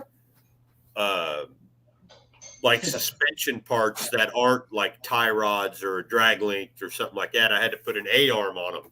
I had to search through Facebook Marketplace, found a guy in Aurora that had some. I ordered steering knuckles out of Oregon that were used. But, you know, and they're expensive. AMC parts are expensive. Used, it don't matter. But, you know, there just ain't a lot of them out there. It's the Gremlin, the Pacer, the Hornet, and the Javelin after 1970, 71 on, they all have the same suspension underneath the front end. Everything's the same. So if you can find the parts, but G-bodies rarely. G-bodies are too. See this part right here? Want to know why I don't have that filler piece? Because if you can find one, it costs you $400 or $500 for that piece of worn out plastic. Yeah. Is that repopping that yet? Nope. Now they make you can replace this whole bumper with a plastic flush mount bumper that has that piece in it around the gas door and stuff, but it looks like shit. I don't like it. I need those for my 76 Malibu. It's got the ones that go right behind the bumper that go up to the quarter panel. Like these right here? Yep. Yeah. Those are about impossible. You want to talk about expensive? Try buying G-body interior Frank. parts. Yo, Frank, what's the part that if you had 10 times more than your head, you could have sold them all? What's that part people call about every week that you don't have, that one part for Mopars? parts for your body parts for 69 Chargers. You know, every week somebody's looking for a grill or somebody's looking for a fender. And now they're looking for floor pans. And they've reproduced floor pans for decades. But AMD isn't supplying some of those parts now. So those are, people are looking for used again. It's crazy. Yeah. But, isn't the floor plans like the first things that rot out? What do you think of the AMD stuff? From my experience, it's wonderful. It's beautiful. It's the best thing for the Mopar world. It's safe to go with these Mopars. It's incredible. It's the best quality you're going to get. You have to body work anything. I don't care if you put a used part on. It doesn't fit as well as one car to the other car. You know, you body work it. If it wasn't for AMD, we wouldn't have half the Mopars saved. You know that's the same. Yeah. And the GM world, they've been blessed with good reproduction sheet metal for decades, you know, from all over. They've never had, we didn't get good quarter panels and stuff our cars until the 90s, right? The late 90s, 2000s. Now, what did you think of year one stuff? I don't know what line of sheet metal they're handling. I really couldn't say.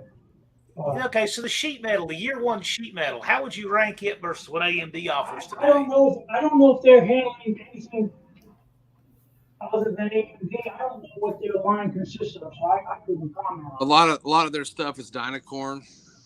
Yeah, I've used some of their stuff before. It's not horrible. I've heard of it, but I don't know anything about it.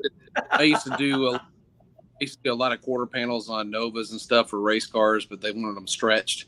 You know, the wheel well stretched. So we put a new quarter on and then stretched the wheel. And they all seem to fit pretty good. They weren't horrible, but you know, the fenders seem to be the pain. The more complex the part, the more fenders. Yeah. flat panel stuff like that. Minor You guys all here. You guys here all remember the horrible stuff that used to come over from Taiwan in the 90s. Remember that? Late 80s, early 90s. It was all in that black coating, and it was the worst fitting stuff I've ever. I mean, bolt holes not lining up by half an inch, body stamping lines were just wrong. Remember that stuff? Used to see on the boards and the square bodies. John, guess where that stuff is? Where is it? It's all on the cars. That same stuff is being restored now, being removed and restoring some of the nightmares of the past and putting better metal and better quality bodywork in. But that's exactly, no one threw those like cheap quarter skins and the body lines were a half inch off. Horrible, but it's all we had to work with. You know, a good body man would make them look good if you had to skim it. He would make them look good. But where does AMD get their stuff from, though? It's all overseas. Yeah, from what I understand now, the Taiwan stuff, you want that more than the Chinese stuff. I couldn't say one way or the other, but I think the quality comes from the tooling, the quality and development of your tooling. So if you have good tooling, you're going to have more accurate metal. But when you start making like a whole fender, you know, it's complicated. It's not going to fit the cowl and the door and the rocker exactly like it's supposed to. It has to be accepted. You have to modify it a little bit. That's what that little cutoff welder's for. You can do some magic. Well, that's like those 71 and 72 satellite and Roadrunner fenders. They don't reproduce them, but I can see why. Those things are huge. They got all kinds of curves on them. And I've got one hanging around here still. I've got a passenger 72 satellite fender. It's a good usable fender. It's not a cherry, but it's a good usable. Those are always hard to find. Yeah, I may be calling you. Well, the shipping is the fun part. We need to drive out here. Yeah, where are you at? I like making drives, so I would love to drive out there to buy something from you just to get a tour. I'm in Northwest Georgia, about an hour south of Chattanooga, Tennessee. Chattanooga metro area. Yeah, an hour from there and an hour and a half north of Atlanta, of the loop, around Atlanta. All right. I never go to Atlanta, but I do go to Chattanooga occasionally. It's real beautiful up here. My dad's up there in Columbia. In South Carolina or Columbia where? Columbia, Tennessee. I don't know where that's at, but that whole Tennessee and Georgia area here is beautiful. Yeah, it's only not even a couple hours from Chattanooga. A little bit hour outside of Nashville. Yeah. Well, when I see other parts of the country, I wouldn't want to live anywhere else. You know, it's home. Even though I wasn't born here, but it's still home.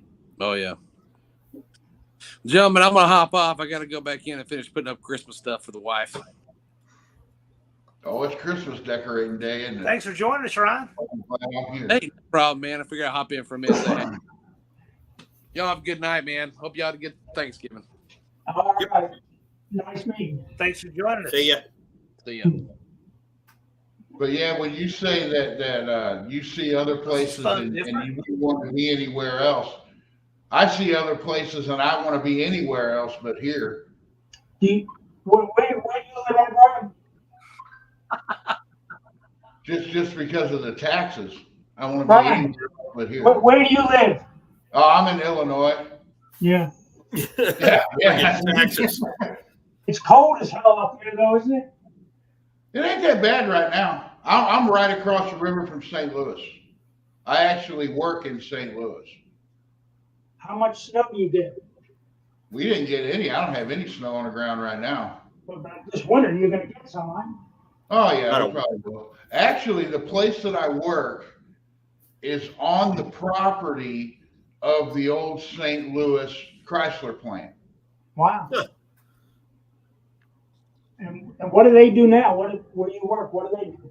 Oh, they got all kinds of different places there. I work in a machine shop. We make explosion-proof electrical boxes for like oil fields and stuff like that. Yeah. Basically, big castings. We load them in the machine and put holes in them. I'm a machinist, That's awesome. or as like I say, I put holes in shit. That's all I do. Put holes. Made in America. There's still something made in America. That's good to hear. Oh yeah. I think you're going to end up seeing a lot more stuff being made in America. I hope you're right. It's sort of. I was reading an article today that the iPhone plant in China is paying people a month's wages to move back, to quit and move back to where they lived before because of all the problems they're having. You think they'll make iPhones here? No. I don't know why they wouldn't. It's not like it's not like this country can't build stuff. I mean, we can, but we can't do it with those wages. We can't compete with those wages. I still got a problem with We can't do that. these union wages. We can't do it with the taxes. We can't do it with these extortion union wages for sure. Well, we can't do it with the taxes that they put on the companies that are in this country too, because I don't know if you've ever tried to ship something overseas by boat, but that's expensive. So how much are they paying just to ship that stuff over here? It's got to even out if they would just let up on the taxes on these companies around here a little bit. I don't know. Well, okay, and then you got union wages too. These unions are just killing it. I mean, extorting the kind of wages they are 3 times more than the private employers can pay down the street. There's a lot of reasons. But I know one thing: everybody trying to drive the money up, playing the game, catching on the way up, and ignoring inflation is the wrong way to go. The right way to go is our dollar should go farther. Well, I'm union, and I'll probably get in trouble if anybody is watching this, but I do not like the fact. I do not like the fact that to work where I work, I have to pay somebody union dues. If I go to a restaurant and I don't like the service, I don't have to go back to that restaurant and pay that guy anymore. So if I don't like the service that the union is doing for me, why do I have to pay them? Why can't I just, I honestly believe 9 times out of 10, I can negotiate better wages on my own because I work hard and try to do the best job I could possibly do. And when you go in for a union contract, that company's looking at how much do we want to pay the worst guy here? Everybody else they don't care about, but the worst guy here is who I'm looking at. What's going to get, because we're all going to get the same raise. So they got to look at the worst guy in the plant. And that to me, merit-based is where it's at. Yeah, that's the way it should be. Okay, Irish Outlaw, you have to do your job and get results for it to get paid, right? I mean, that's the kind of way it should work, right? That's the way it should work everywhere in the real world. You get results for your work or you don't get paid. And then we have these little places that carve out that except, and I've just never cared for that. It doesn't work for me. I've worked on commission my entire life. I've never had a salaried job in my life. I was a Teamster. I've never gotten paid to do nothing ever. And what we do in Illinois, they tried to make it so you have to be, in Illinois, if you're going to work on the interstate highway, anything like that, you have to be union. That's what they said. Well, then we had that Governor Ronner or whatever his name was. He put a stop to that for people that owned the contract company. And I am I'm a paid contractor. I'm a hired contractor with my truck. So I was a Teamster up until last year, just playing the game, I just team player, what everybody, I don't have to deal with the little guy getting like this in front of me, stopping my truck and all this kind of crap. So last year I wouldn't go to work. I wouldn't go to work. Well, I just kept hauling freight. Wouldn't go to work. Well, I have a ton of experience running construction trailers on a semi. Tons of experience. I got 0 marks. I have never had an accident. I've never screwed up. I've never done anything. Well, they wanted me to come back this last year. And I said, this is what I want. Because fuel was, fuel. And I said, this is what I want. This is what I need. I'll come back when you pay me this. No, we can't do that. Union says this. Well, I said, I quit the union, so I don't give a damn what they say. This is what I want. If you want my brand new $70,000 steel dump trailer coming to your job, you're going to pay me this. And I did. Amber's like, when are you going to go do that? When are you going to? I said, whenever they start paying me. And I said, one of the main things I said is they like to, in the union, they wouldn't help us because they would call us out, work us 3 hours, send us home. Work us 7 hours, send us home. And I finally said, no, 8 hours. You're going to pay me 8 hours or I'm not coming up here. I'm not working for you. Well, guess what? I get the wage I wanted. I get the 8-hour minimum until recently. They kind of screwed me, but I let a couple slide.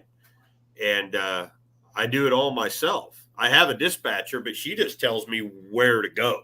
I just refuse to do that.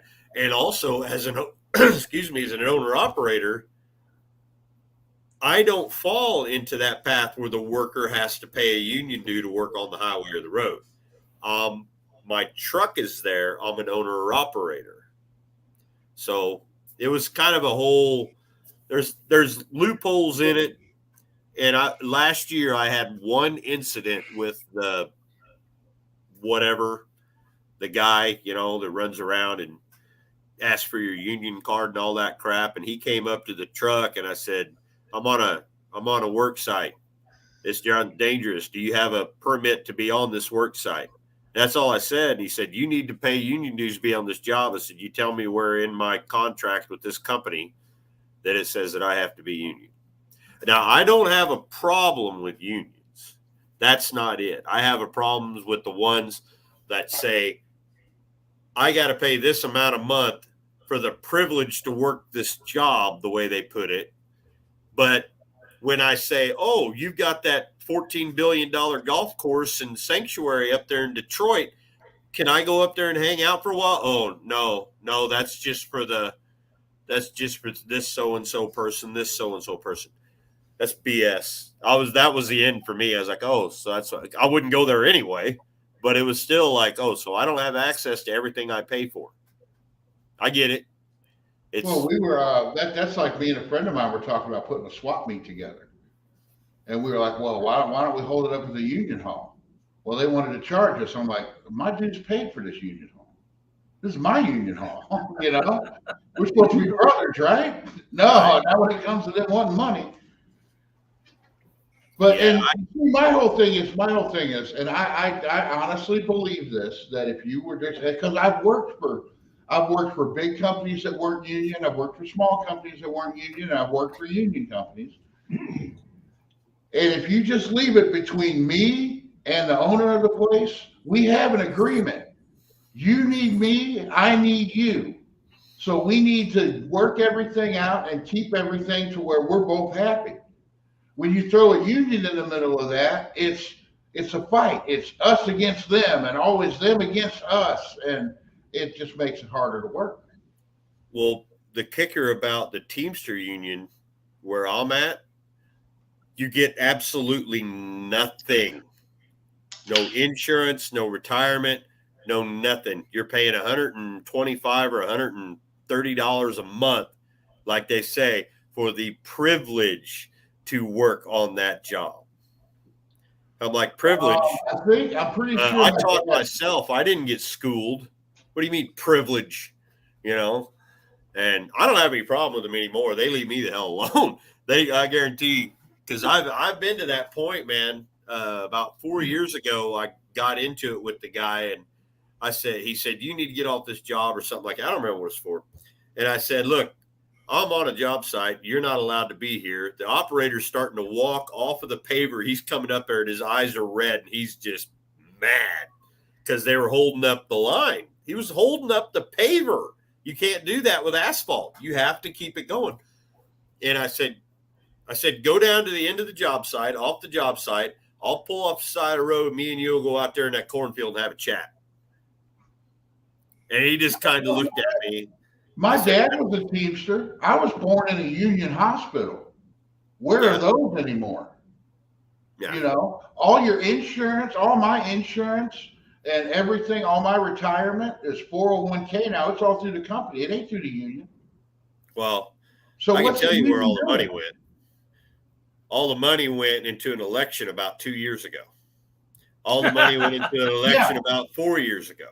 Yeah. And it's going to go into the money's going to go into another election here in another 2 years. That's all it's doing. That's all my union that I was in.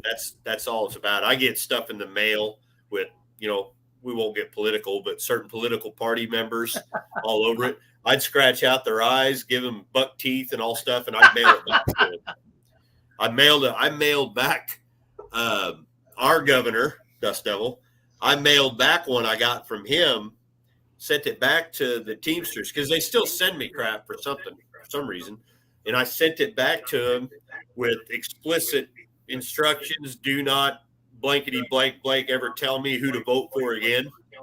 And I just mailed it back to him. And no, absolutely not. But I'm paying $6, $5.25 a gallon for fuel right now. Do not talk to me about political parties. I will.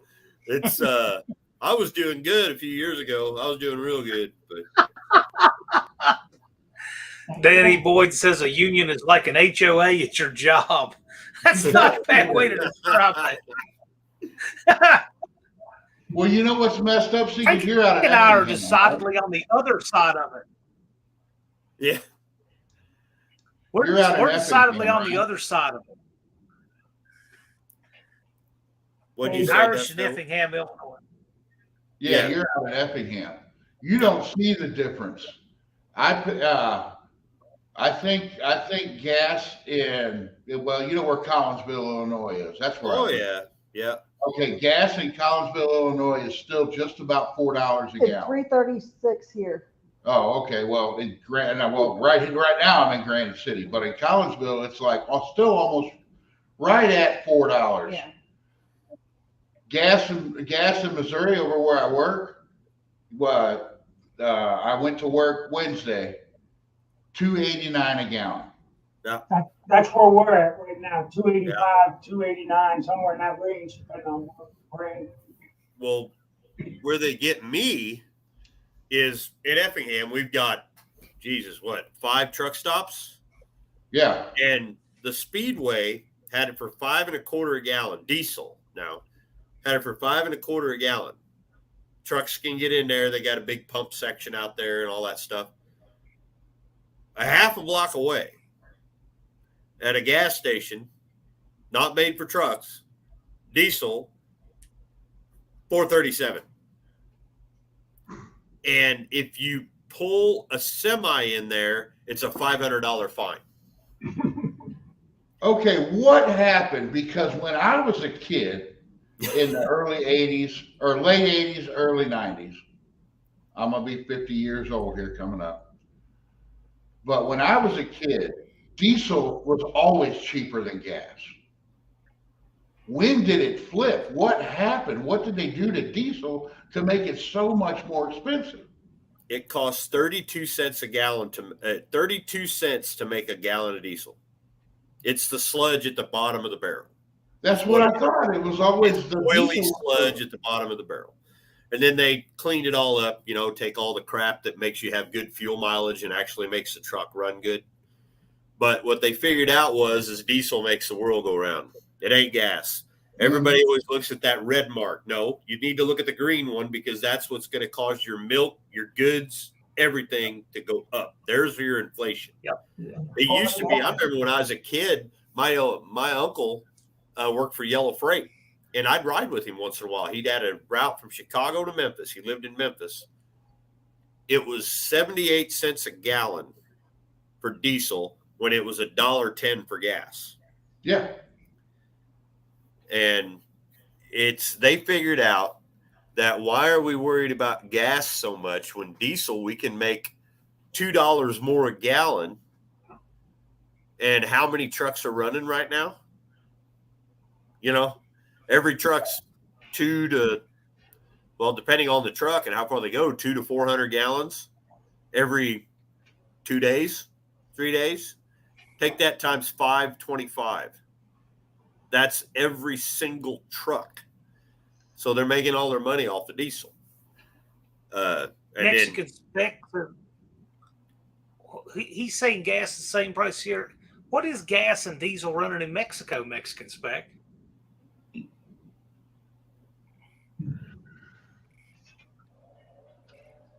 I know what it is in England. Everybody says, "Oh, it's $12 a gallon. You guys got it good." Yeah, well, it's not our fault that you guys decided to put all your health care and crap all through your gas. That's why they all have little cylinders that you can pick up with two hands. It's not our fault that they're a country that's used to losing wars. That's not our problem. Our problem. Hey, John, I'm going to jump off this thing. Yes, sir. Thanks for joining us, Frank. Yeah, I'm an old man. I got to get my beauty rest. But we'd love to have you again. Well, if you ever get down here again, maybe you can bring that camera. Yeah, we can look around a little bit. You're always welcome. We'll do it. We'll do it again. That was a blast. Meanwhile, get through the winter. You take care. We'll see you. Take care, man. Thanks for joining us. All right. I'm sorry to get your live off on a political union tangent, John. Oh, no, it's all good. Hey, open discussion, man. Yeah. I just don't like it when everybody starts naming names back and forth. We all know who we're talking about. We don't need to name names. But, it is what it is. There he is. No, I don't care. That worries some people. It doesn't bother me. But, some people are so worried about it. I look at it like this. If somebody is that worried about politics, I'm like, grow up. Somebody can't have an opinion now that a grown person has to run and act like a baby about it. I understand when people want to hijack something and make it about, a political angle. I get that. It's just not what they want to listen to. But some people are scared to death, like, the word Trump will go by in the chat, right? What's worse, letting the word Trump go by in the chat or calling this huge amount of attention to how that word should never be in the chat? It's the stupidest thing. These are grown people doing this, right? Yeah. Well, and I won't let people turn the chat into a political discussion. But man, there are some people that freak out, like the word Biden will go by in a chat with hundreds of people in it, and they're panicking like, oh my gosh. I'm like, chill, people. It's okay. It was last year sometime when my lives were really small. My channel was really small, but you came in and we started talking politics, and somebody in the chat said, "No politics." I'm like, well, if you need a safe space, it ain't here. So what? You need a safe space. Go watch TikTok. Well, here's the one that's even worse than that, is when people get all panicky about discussion of things that maybe they're things in our lives that have become politicized but aren't inherently political. A good example of that would be the masks, right? People can talk about masks, and yes, I went to this place and I had to wear a mask today, and I went there and I didn't have to wear a mask, and the vaccine, and you know what? There's no reason people shouldn't be able to talk about this, because this is all stuff in our lives.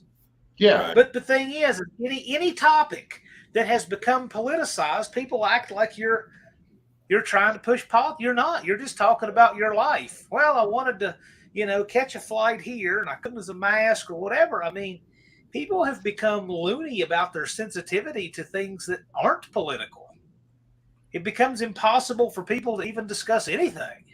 It's nutty. Well, it's everybody gets so, and I'm talking both sides here. Both sides of these people, the real, ones that can't let it go. This one would be screaming, this one would be screaming. Then they're never friends anymore, right? When I was a kid growing up, my dad was a staunch Democrat, like a John F. Kennedy Democrat. He really was. And his best friend at the bar, just at that certain bar, his best friend, when we go up there and I was a kid, he'd get off work. They'd be sitting next to each other and it'd be like election time, whatever. They would be just rah, rah, rah, back and forth. And the bartender would come up, you guys want another beer? And Dad go, yeah, I'm buying this round. And then they'd buy each other a beer and start drinking, and then rah, rah, they just start. It was never, now it's my way or you're just a piece of shit. You're racist, this, that, the other. And you're sitting there going, what? Yeah. Why can't it Don't you love that? do with anything. Don't you love Why that? can't it just be like at the racetrack? I wish life was like at the racetrack. Nobody cares. Nobody cares if what political leaning this guy has. Nobody cares what color this guy's skin is. The biggest argument you had is I'm driving a Mopar and you're driving an Oldsmobile. Right. And we have fun arguing back and forth. That's the way it used to be with politics. You had fun arguing back and forth with politics. Well, here's Yeah. the one I don't thing. know there's ups and downs to both sides. You'll see these people who can't hear a dissenting opinion without getting angry about it. And my thought about that is, I mean, if somebody says something you don't agree with, think about how many things are said that people don't agree with that they don't hear, right? Like right now in this universe, I'm sure there are lots of things being said that the three of us wouldn't agree with at all. But we don't hear it right now, so we don't care, right? Yeah. But there are some people that just they think they need to police everything said, all that you can't do that. You'll never fix your world to suit you. You need to fix yourself to live in the world, right? There's just no other way to be. And to me, that says a lot about the way people get all stressed out about discussing anything. The people who think they're going to change the world to their liking and their sensitivities are never happy. It never ends. They're never satisfied. Whereas the people who want to try to change their ability to cope with the world we already have tend to be much happier. And that seems to shape a lot of arguments. I'm one of those guys that when me and Amber were having this discussion that, you bring up the word Trump, everybody goes crazy. And then, he says, I'm running again. Well, I'm not necessarily just going to vote for him just like that, because my reason behind that is I was in the inner cities when that crap was going on in 2016. I seen what these people can do to a city. And yeah, they're using scare tactics and war tactics and all that stuff. But there's always so much of that crap you can handle. I was in Ferguson, Missouri when that riot started. I was in a freaking dock at a post office. And it was like, I see what these people do. So do I vote for this guy or not vote for this guy to protect what we have left? If they have somebody else better. I mean, obviously, if they don't throw anybody else up there that's better. I was a Trump supporter, but I didn't like everything that he did. I don't like that he killed off bump stocks. I don't even have that kind of crap. But wait a minute. What the hell that got to do with You know who killed off bump stocks? The NRA. They gave it their full blessing. Well, as soon as I saw that, I'm like, well, 100% know what Trump's going to say now, and he sure did. If the NRA is saying they don't care, you're never going to get a president to go against that grain. So he rubber stamped it, and boom, they were gone. Don't blame Trump for that one. That was the NRA. I was on the front lines of that one. All because despicable. Unfortunately, some psycho went crazy and had one, while the other 3 million people that have them were like, I used to shoot pop cans last week. Yeah. Well, I agree with Jeff. I guess I didn't throw that in there. That's exactly right. Well, the thing is, that's like back when Trump first got elected. I don't know. I'm sure you guys know who Dave Chappelle is, the comedian. Oh yeah. He did a thing where he's like, all my friends, my friends were like, hey, we're moving out of the country. You coming with us? And he's like, no, I think I'll stick around for the tax break. Here's one. Okay. So here's one. Not talking partisan anything. We're just talking statesmanship here. Is it unreasonable to want a president that has his mental faculties? Really? Yeah. Is that too much to ask for? I mean, forget about the party for a minute. Is it really unreasonable to question when a president makes so many mistakes that he's not playing with a full deck? You can't even, it's not even up for debate anymore. He doesn't know where he is. He doesn't know what's going on. And I don't care what party he's with. Is that really the right person to be president when they can't do that, when they can't function? And people get angry that you even question it. I have every right to question that. I have every right to question the mental faculties of the leader of the free world. I have every right to people like, oh, no, you don't, because that's politics. Well, forget about the party for a minute. Don't you think in general that your leader ought to know what's going on and have all the faculties together? I don't think that's unreasonable. No, it's not. I watched both sides of that, 20, whatever it was, 20. And I watched both sides. I watched with Biden. I watched with Trump. I watch them all. I'm that deep, and I want to hear what this person has to say. I want to hear it, regardless of who it is.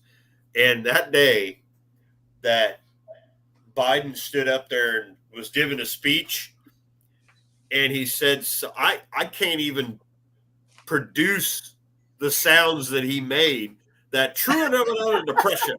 And I was like sitting there and I was watching the TV and I pushed rewind. I was like, what the hell did he just say? And I hit it again. And somebody put it off as, he has a stuttering problem. No, that ain't a stutter. That's either somebody was messing with the screen or something. Or something up here shut off for a second. And then came back. Click, Because here's my thing. I'll say it. I'm conservative. I'm actually more libertarian than anything else. But when I saw Obama speak, you could just watch his speeches and his debates and be like, he's going to win. Yeah. He was somebody that, they put somebody up there that they ain't going to beat with your average normal person. And then they throw up people like Hillary Clinton and Joe Biden. What the hell? They can't find another Obama? Hey, Jason. Jason says NRA wants you to buy their BS training videos. I've got, I think, 6 different instructor ratings from them. I don't teach their curriculum. I think it's terrible. It's just like the NHRA wants you to buy all their licenses. But you have exactly. But you've got to have that.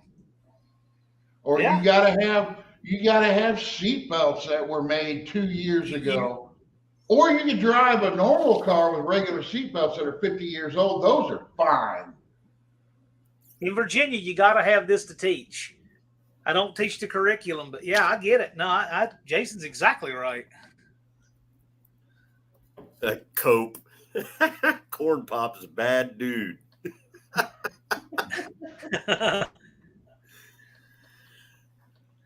That's like I live maybe, 5 miles from here is Gateway. I'm not going to call it what they're trying to call it now. Is Gateway. I am really I think I'm gonna make a video on it because I think it's gonna be funny what the NHRA inspector says when I pull this thing up there. They're gonna go through this car more than they'll go through any other car. Just because it's different. Auto Salvage asks the question, try to figure out who voted for who. I'll just say this. Doesn't matter to me who voted how in here, but clearly everybody in here either voted like we probably did, or they're at least a grown-up who can have conversations with people who don't vote the same. And that's all I would ever ask. I especially recently liked the poll on Twitter. I'm not on Twitter. I'd stay the hell away from that stuff. But the poll on Twitter Elon Musk put out, and do I put him back on? Do I put Trump back on there? And it was overwhelmingly yes. And he put it back up. So all his old tweets popped back up. And his very last tweet, his very last one was be peaceful, no violence, stay true to yourself, don't be violent. And as soon as they started letting people into the Capitol, that was banned. Boom. You couldn't see that. They automatically turned it right on him, and it was everything recently's been eye-opening. That's all I got to say about it. Like that last couple weeks, and there was a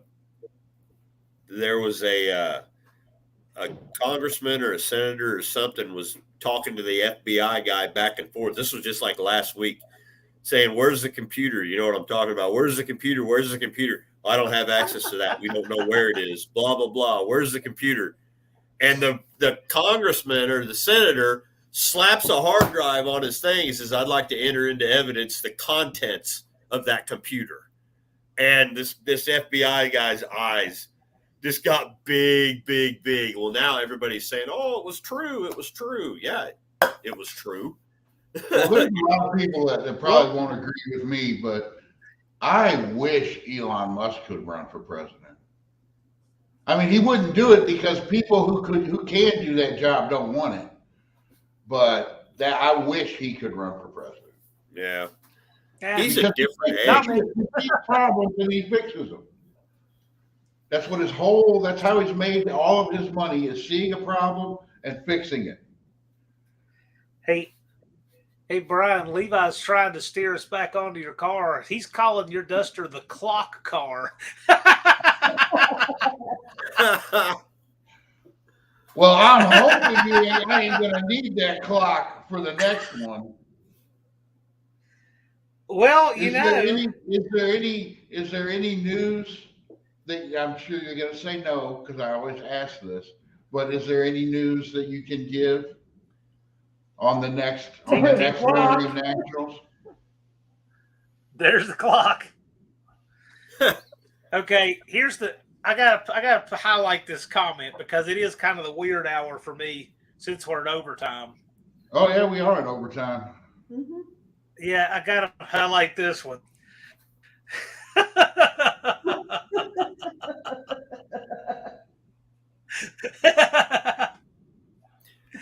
Why would I think that could actually be completely true?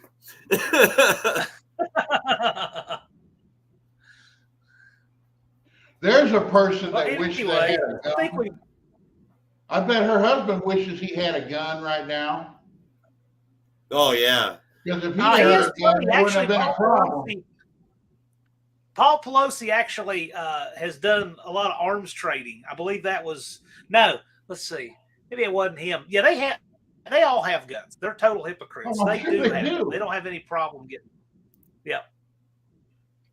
Unfinished Project says he has No Name Nationals date info. He knows that it's either going to be the first 8 months of the year or end in an R.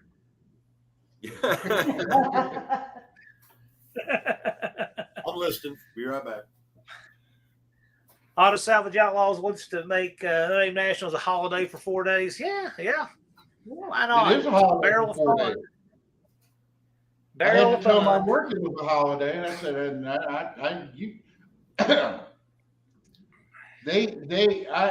I risked to go to that event and be there on Thursday. I risked getting punished at work, which I don't quite understand because they were going to give me a day off.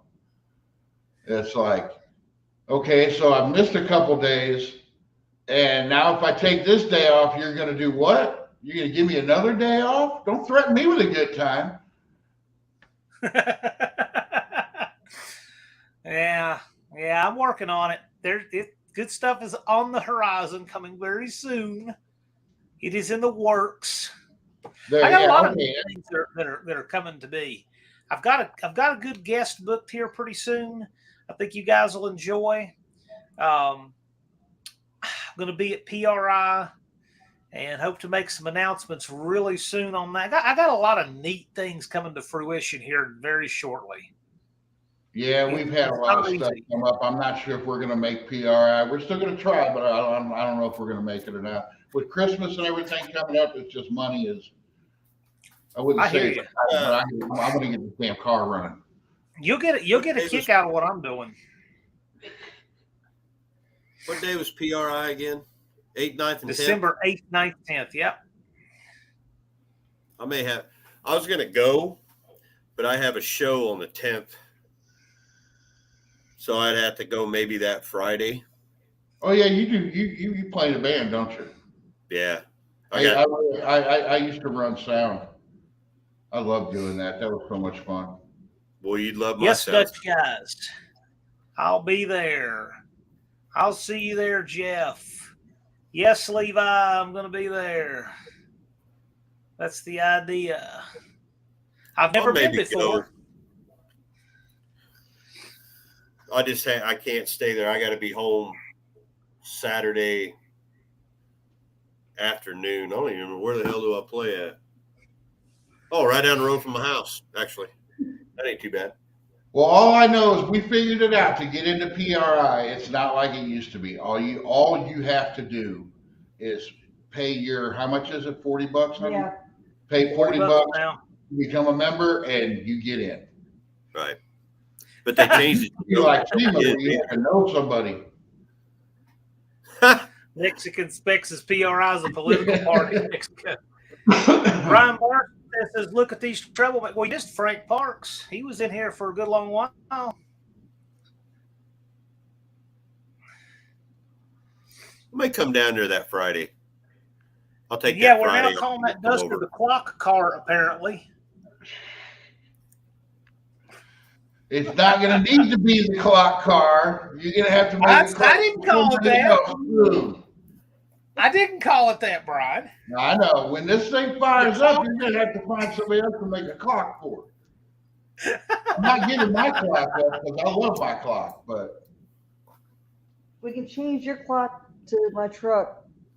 no. I'm not doing another deadline. I'm not doing it. Your truck will get done when it gets done. My other car my secret project that I'm getting, it'll get done when it gets done. These damn alien Oldsmobile motors, they'll get done when they get done. Alien? There are little aliens in my shop. They're invading. I got a 70, 455 out of a 70 Cutlass in here that was in a garage fire. That needs to come over here. No, my buddy's putting it in his 79 Cutlass. He's also got a 70 Cutlass convertible that he's building just as a cruiser. So I got his other motor for that sitting here. Well, get ready to move some stuff in that G body. That they're so wide. Is it going in a G body Cutlass or? Yeah. Yeah. They come out. I mean, even in my 72, my air conditioner thing is still there, and it's literally that far away. They're so wide. It's got a 14-inch span on that intake. Yeah. It's a monster. Yeah, look at that. Oh, my God, they got Ford. Now, here, this one here. I'll show you guys this one. Doesn't that look like it needs bigger valve covers? To me, with as wide as that motor is, it looks like it needs bigger valve covers. I don't know. I still have those on mine because if I put the bigger valve covers, it wouldn't fit in the car. And then there's the one that was in the garage fire.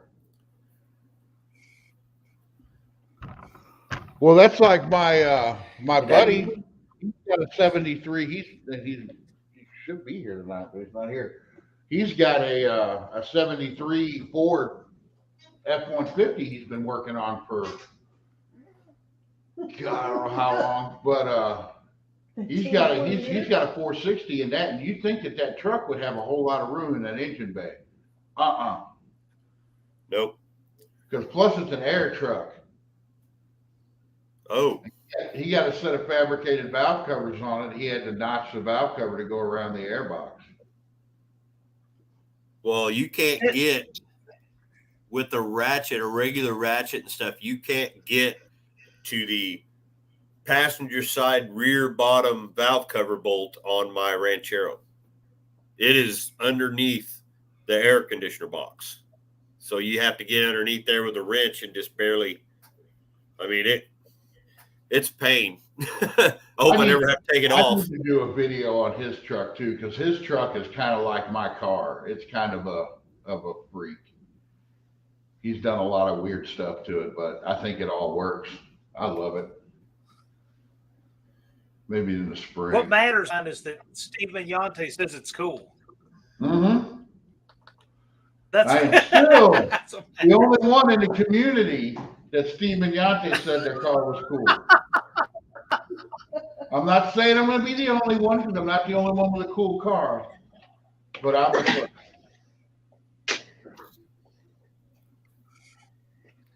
Dutch Guy's Garage in the house. Hey guys, can you hear me all right? How we doing, sir? Sure can. Good. It's cold. Levi wants to know if your car is powered by the space-time continuum. I'm going to put a flux capacitor in it, because I should at least be able to hit 88, and then I just go forward a few seconds and I fix my time. That's it. You go forward and cross the stripe. That's pretty slick. Yeah. The DeLorean would be neat. That's something that I would LS swap though, is the DeLorean. Yeah. I don't know. I'm sure people are doing it. Because didn't DeLorean, didn't he come from GM? Yeah, he designed the GTO. Yeah, see? So you can get away, you should be able to still get away with LS swapping a DeLorean, because they're gutless as hell anyway.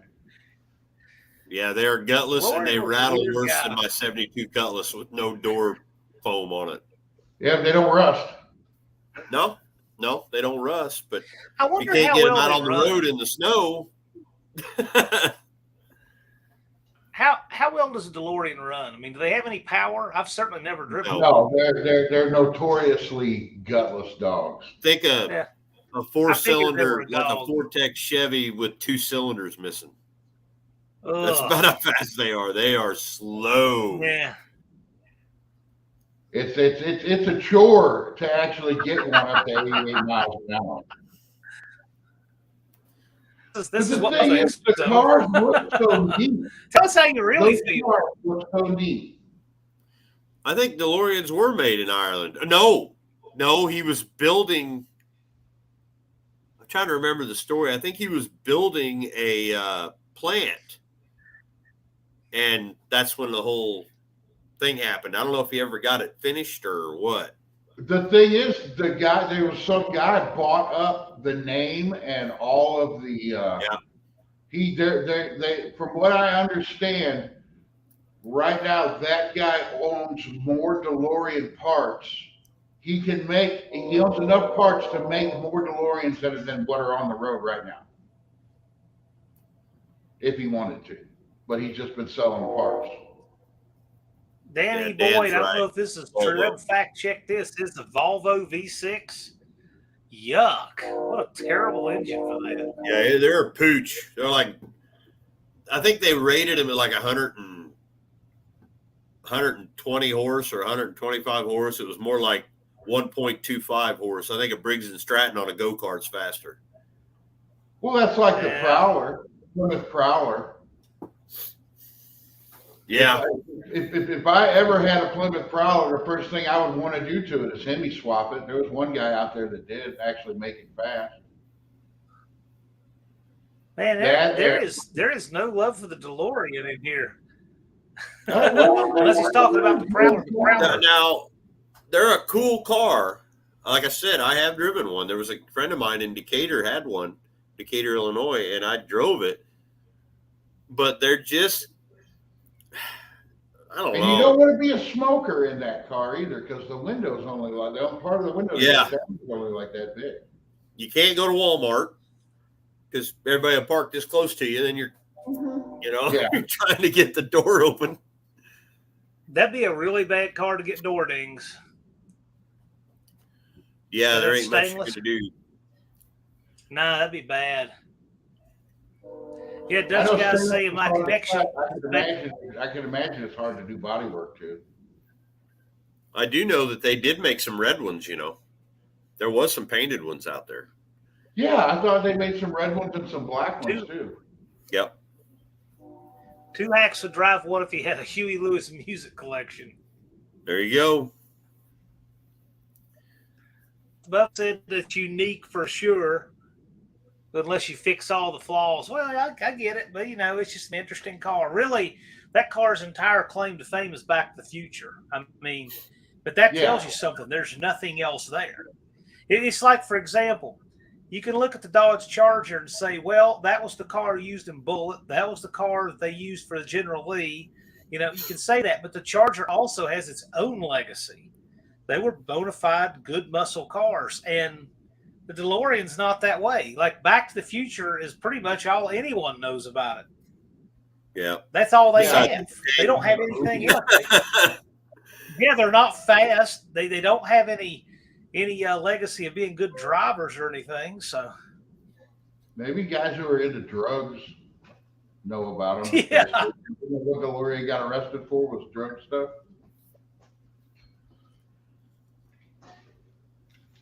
And you forgot about the passenger Charger too, which is my favorite of all time. If I had one of those cars, I would build a Fast and Furious movie car out of it. Man, look at this. Jason's garage. He's a DeLorean leader too. You know what? I need to go find some DeLorean content for my channel just for all of you people to hate on. I can do that. Used to know a place where I go stay when I go fishing. The owner had a DeLorean. I can find a DeLorean.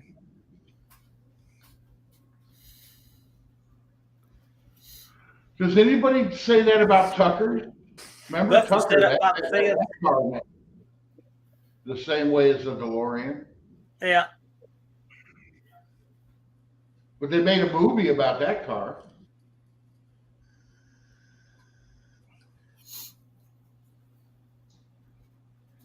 Yeah, but said he watched some DeLorean content.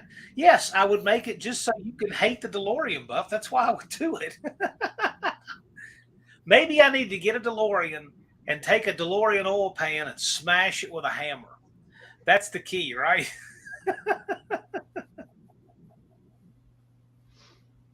You should whistle and diesel a DeLorean. That's got to be one of my favorite. So Irish Outlaw, that's got to be one of my favorite freshman year moves called, hey, y'all, watch this, was smashing the oil pan with a hammer. I just think it's the greatest thing. Yeah. I got quite a kick out of that. Yeah. It fit. So that's what I was trying to do. I just wanted it to fit. Didn't necessarily have to run. I got to tell you. So Irish Outlaw here, he emailed me way back there at the beginning before he ever had any content on his channel. And I read that email and I'm thinking, this guy's a character. This is interesting, right? But man, he was like, hold my beer and watch this. He made it happen. I thought that was pretty, because you get emails and I get messages from people all the time who show some promise they might do it, but not everybody turns into anything. Irish is like, yeah, man, I'm going to do it, and then goes out and does it. So that was impressive. Yeah, I signed up in the middle of Power Tour, I think. Yeah. I was like, yeah, I think, and I looked at Amber. We was in the Javelin, and I looked at Amber. It was like right before we left. I looked at Amber. I said, we're going to do this No Name Nationals thing, and we're bringing your ambulance. And then, she's like, you're going to work on my car, and then we got home, and I pulled it up at the garage again, and I was like, oh, what did I do? This thing is so bad. And it just, I don't know.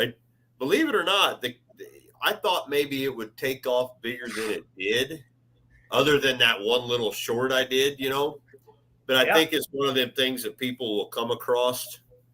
One of these days you'll be like looking something up, Pontiac, and boom, there's this big ambulance, and some redneck white trash is cursing and throwing things and beating up crap with a hammer, and they'll be like, okay, they'll either say, oh, this guy sucks, and they'll click it, or they'll go, what am I watching?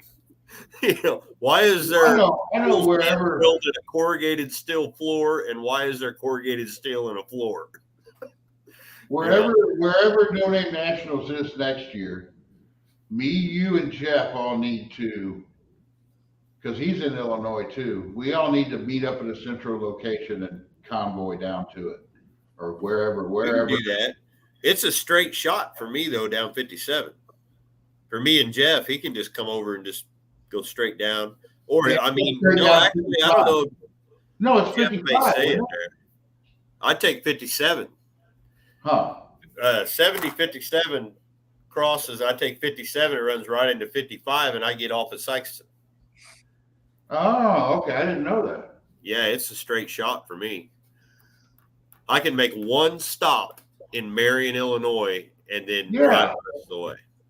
57 is that's where isn't that where what is that racetrack? Benton. Yeah. You ever been there? No. That place is awesome. I like that track because it's like a almost like a state park with a racetrack in the middle of it. They've done a lot of work out there, but I can understand why people wouldn't want to go there because it's here. I'd rather do the old school tracks. Like, what's the one that James and James goes to all the time? Beacon. The one over Arkansas. Oh, George Ray's? Yeah, George Ray's. That's how Charleston used to be. Yeah. You had to hold the car. Everybody had to hold the car in the burnout pit, or it would slide right into the damn tree. It's Two hacks says here, October 19th, 1982, automaker John Z. DeLorean is arrested and charged with conspiracy to obtain and distribute 55 pounds of cocaine. DeLorean was acquitted of the drug charges in August 1984. Yeah. There you go. I've talked to Jeff there about this year when the car gets running going over. I think he's close to Havana. I've heard a lot of good things about that track. I wanted to go check that place out. I know I was supposed to go with just Mopar Joe to George Ray's last year, and we got rained out, so it's still on my bucket list. I'd just love to go there. I'd love to go there and just watch, Is that the one that's in the middle of a bean field? Where it's in the middle of nowhere, but so George Ray, who's been dead and gone a long time now, he had a street behind his house that got abandoned. They quit using the street, and he made a dragway out of it. It is a really rustic, no prep, no guard wall kind of track. Yeah, you watch them take off. Look up the videos of it. You watch people take off. The car is everywhere, and there's grass down the center. I guess they put concrete or pavement so far out, but you get towards the end, start losing it, you're heading to the grass, and then you're well, I know that. That's so we had New London Dragway not too far from here, and New London. They just closed it as a dragway in 2018 and made it was an airport anyway, but they would close down and not have any takeoff or landing there, every other Sunday, and they would operate it as a dragway, and no guardrails of any kind. It didn't have a tower. It had a building that was a little farther over they used as a tower, but it was really different. I kind of liked it. But that sounds like the type of place that you're explaining that track. That sounds like the type of place that's got probably about 30, 40 guys standing on the line betting. I bet there's a lot of money changes hands there. Jason's garage, I think it'd be a nightmare to try to do an event there. I mean, yes, it's a cool old track, but man, there's so much more to it than just, hey, that's a cool old track. Okay, it's a cool old track. Then after that, everything else that goes trying to have an event there is a nightmare. I love stuff like that. I think it'd be a lot harder than people think. Well, if you guys ever want to go straight up Outlaw, we can go to Bonne Terre, Missouri. That's a straight up Outlaw track. You ask where the tech inspector there, they say who? But the other thing is too is you wouldn't want to see George Ray's get modernized because it's so cool like this. You know, that's the thing. There's a lot of tracks. About one, I can't remember where it was, but this guy had a big farm and he built a race car and he took it to his local track and he failed tech. So he just said, screw it, and built his own track. And that place is supposedly still running right in the middle of a bean field. I don't know. I have to watch. I can't remember where I saw it. I have to find out where I saw it. We'll hit on this and we'll call this the last topic of the night, if you will. Barrows is talking about the LaCar. You guys familiar with that? My buddy's mom and dad It's the had only one. car that gave the Yugo hope. Yeah. So it had like wheelbarrow tires on it. Okay. This car, there's one right there. And if it looks like 1980 Euro trash, that's because it is. And I would own one of those though. Now here, look closely. They had 3-lug rear wheels. Yes, I remember. I would so own that car. And they would rust like you just wouldn't believe. They would engulf in rust. Good old Frenchies. Well, it's like Yugos though. Do you know those things are worth a lot of money right now? There's people that collect those. I don't know why. Look at this. This one's got electric written on the door. Somebody did an EV conversion on one. Mm-hmm. What in the world? Why? Why would you do that? You know what spurred a lot of these cars like this are going back, and that's the movie Cars. The Cars movies have brought them back when they went over to Europe and they had all them 3-wheel, whatever they were, and oh, what is that? We'll gather up all these. It looks like somebody took a 6-lug truck wheel and did a little welding and machining and came up with a 3-lug LaCar mag. That's amazing. Look at that. Honey, find us one. Auto Salvage Outlaw was saying some of them were electric. I've sure never seen that. I mean, I'm not saying they're not. I've never seen one. There you go. I mean, look at that thing. Is that ridiculous or what? I like the amber fog lights. That's like, what the hell? Yeah, my buddy had. Opinion for all into that. Were they front? Well, guys, they're front engine, front wheel drive. Oh, I thought it was rear drive. If it was front engine, drive. rear drive, I'd figure out a way to put a small block Chrysler in it. They were just some quirky little cars. But they did have the hood. Yeah, I was looking for that picture. They had a hood. I can just show you from the results. The hood opened backwards, like a lot of European Corvette. That makes them special. That makes them sports cars. Hyundai had a hood that opened that way. But anyway, guys, we've been in overtime a little bit. I've thoroughly enjoyed this. I'm going to call it an evening. I got to put we've got some. We've got some special guests coming up in the hopper, and we'll make some announcements on that stuff soon. We got a lot of announcements in the works coming soon, but stay tuned. We got some good stuff coming on the lives here, and of course, we'll be at PRI the 8th, 9th, and 10th, and Good stuff you won't want to miss. So I want to thank you guys for being on Irish Dust Devil. Previously, we had Frank Parks. We had Dutch Guy's Garage. I had them in the chat. Appreciate them being on too. Ryan from Streetcar Chronicles was here. Just want to thank all of them. Want to thank the mods, keeping everything running smooth. And with that, I'll see everybody again in a week. See ya. We'll see y'all.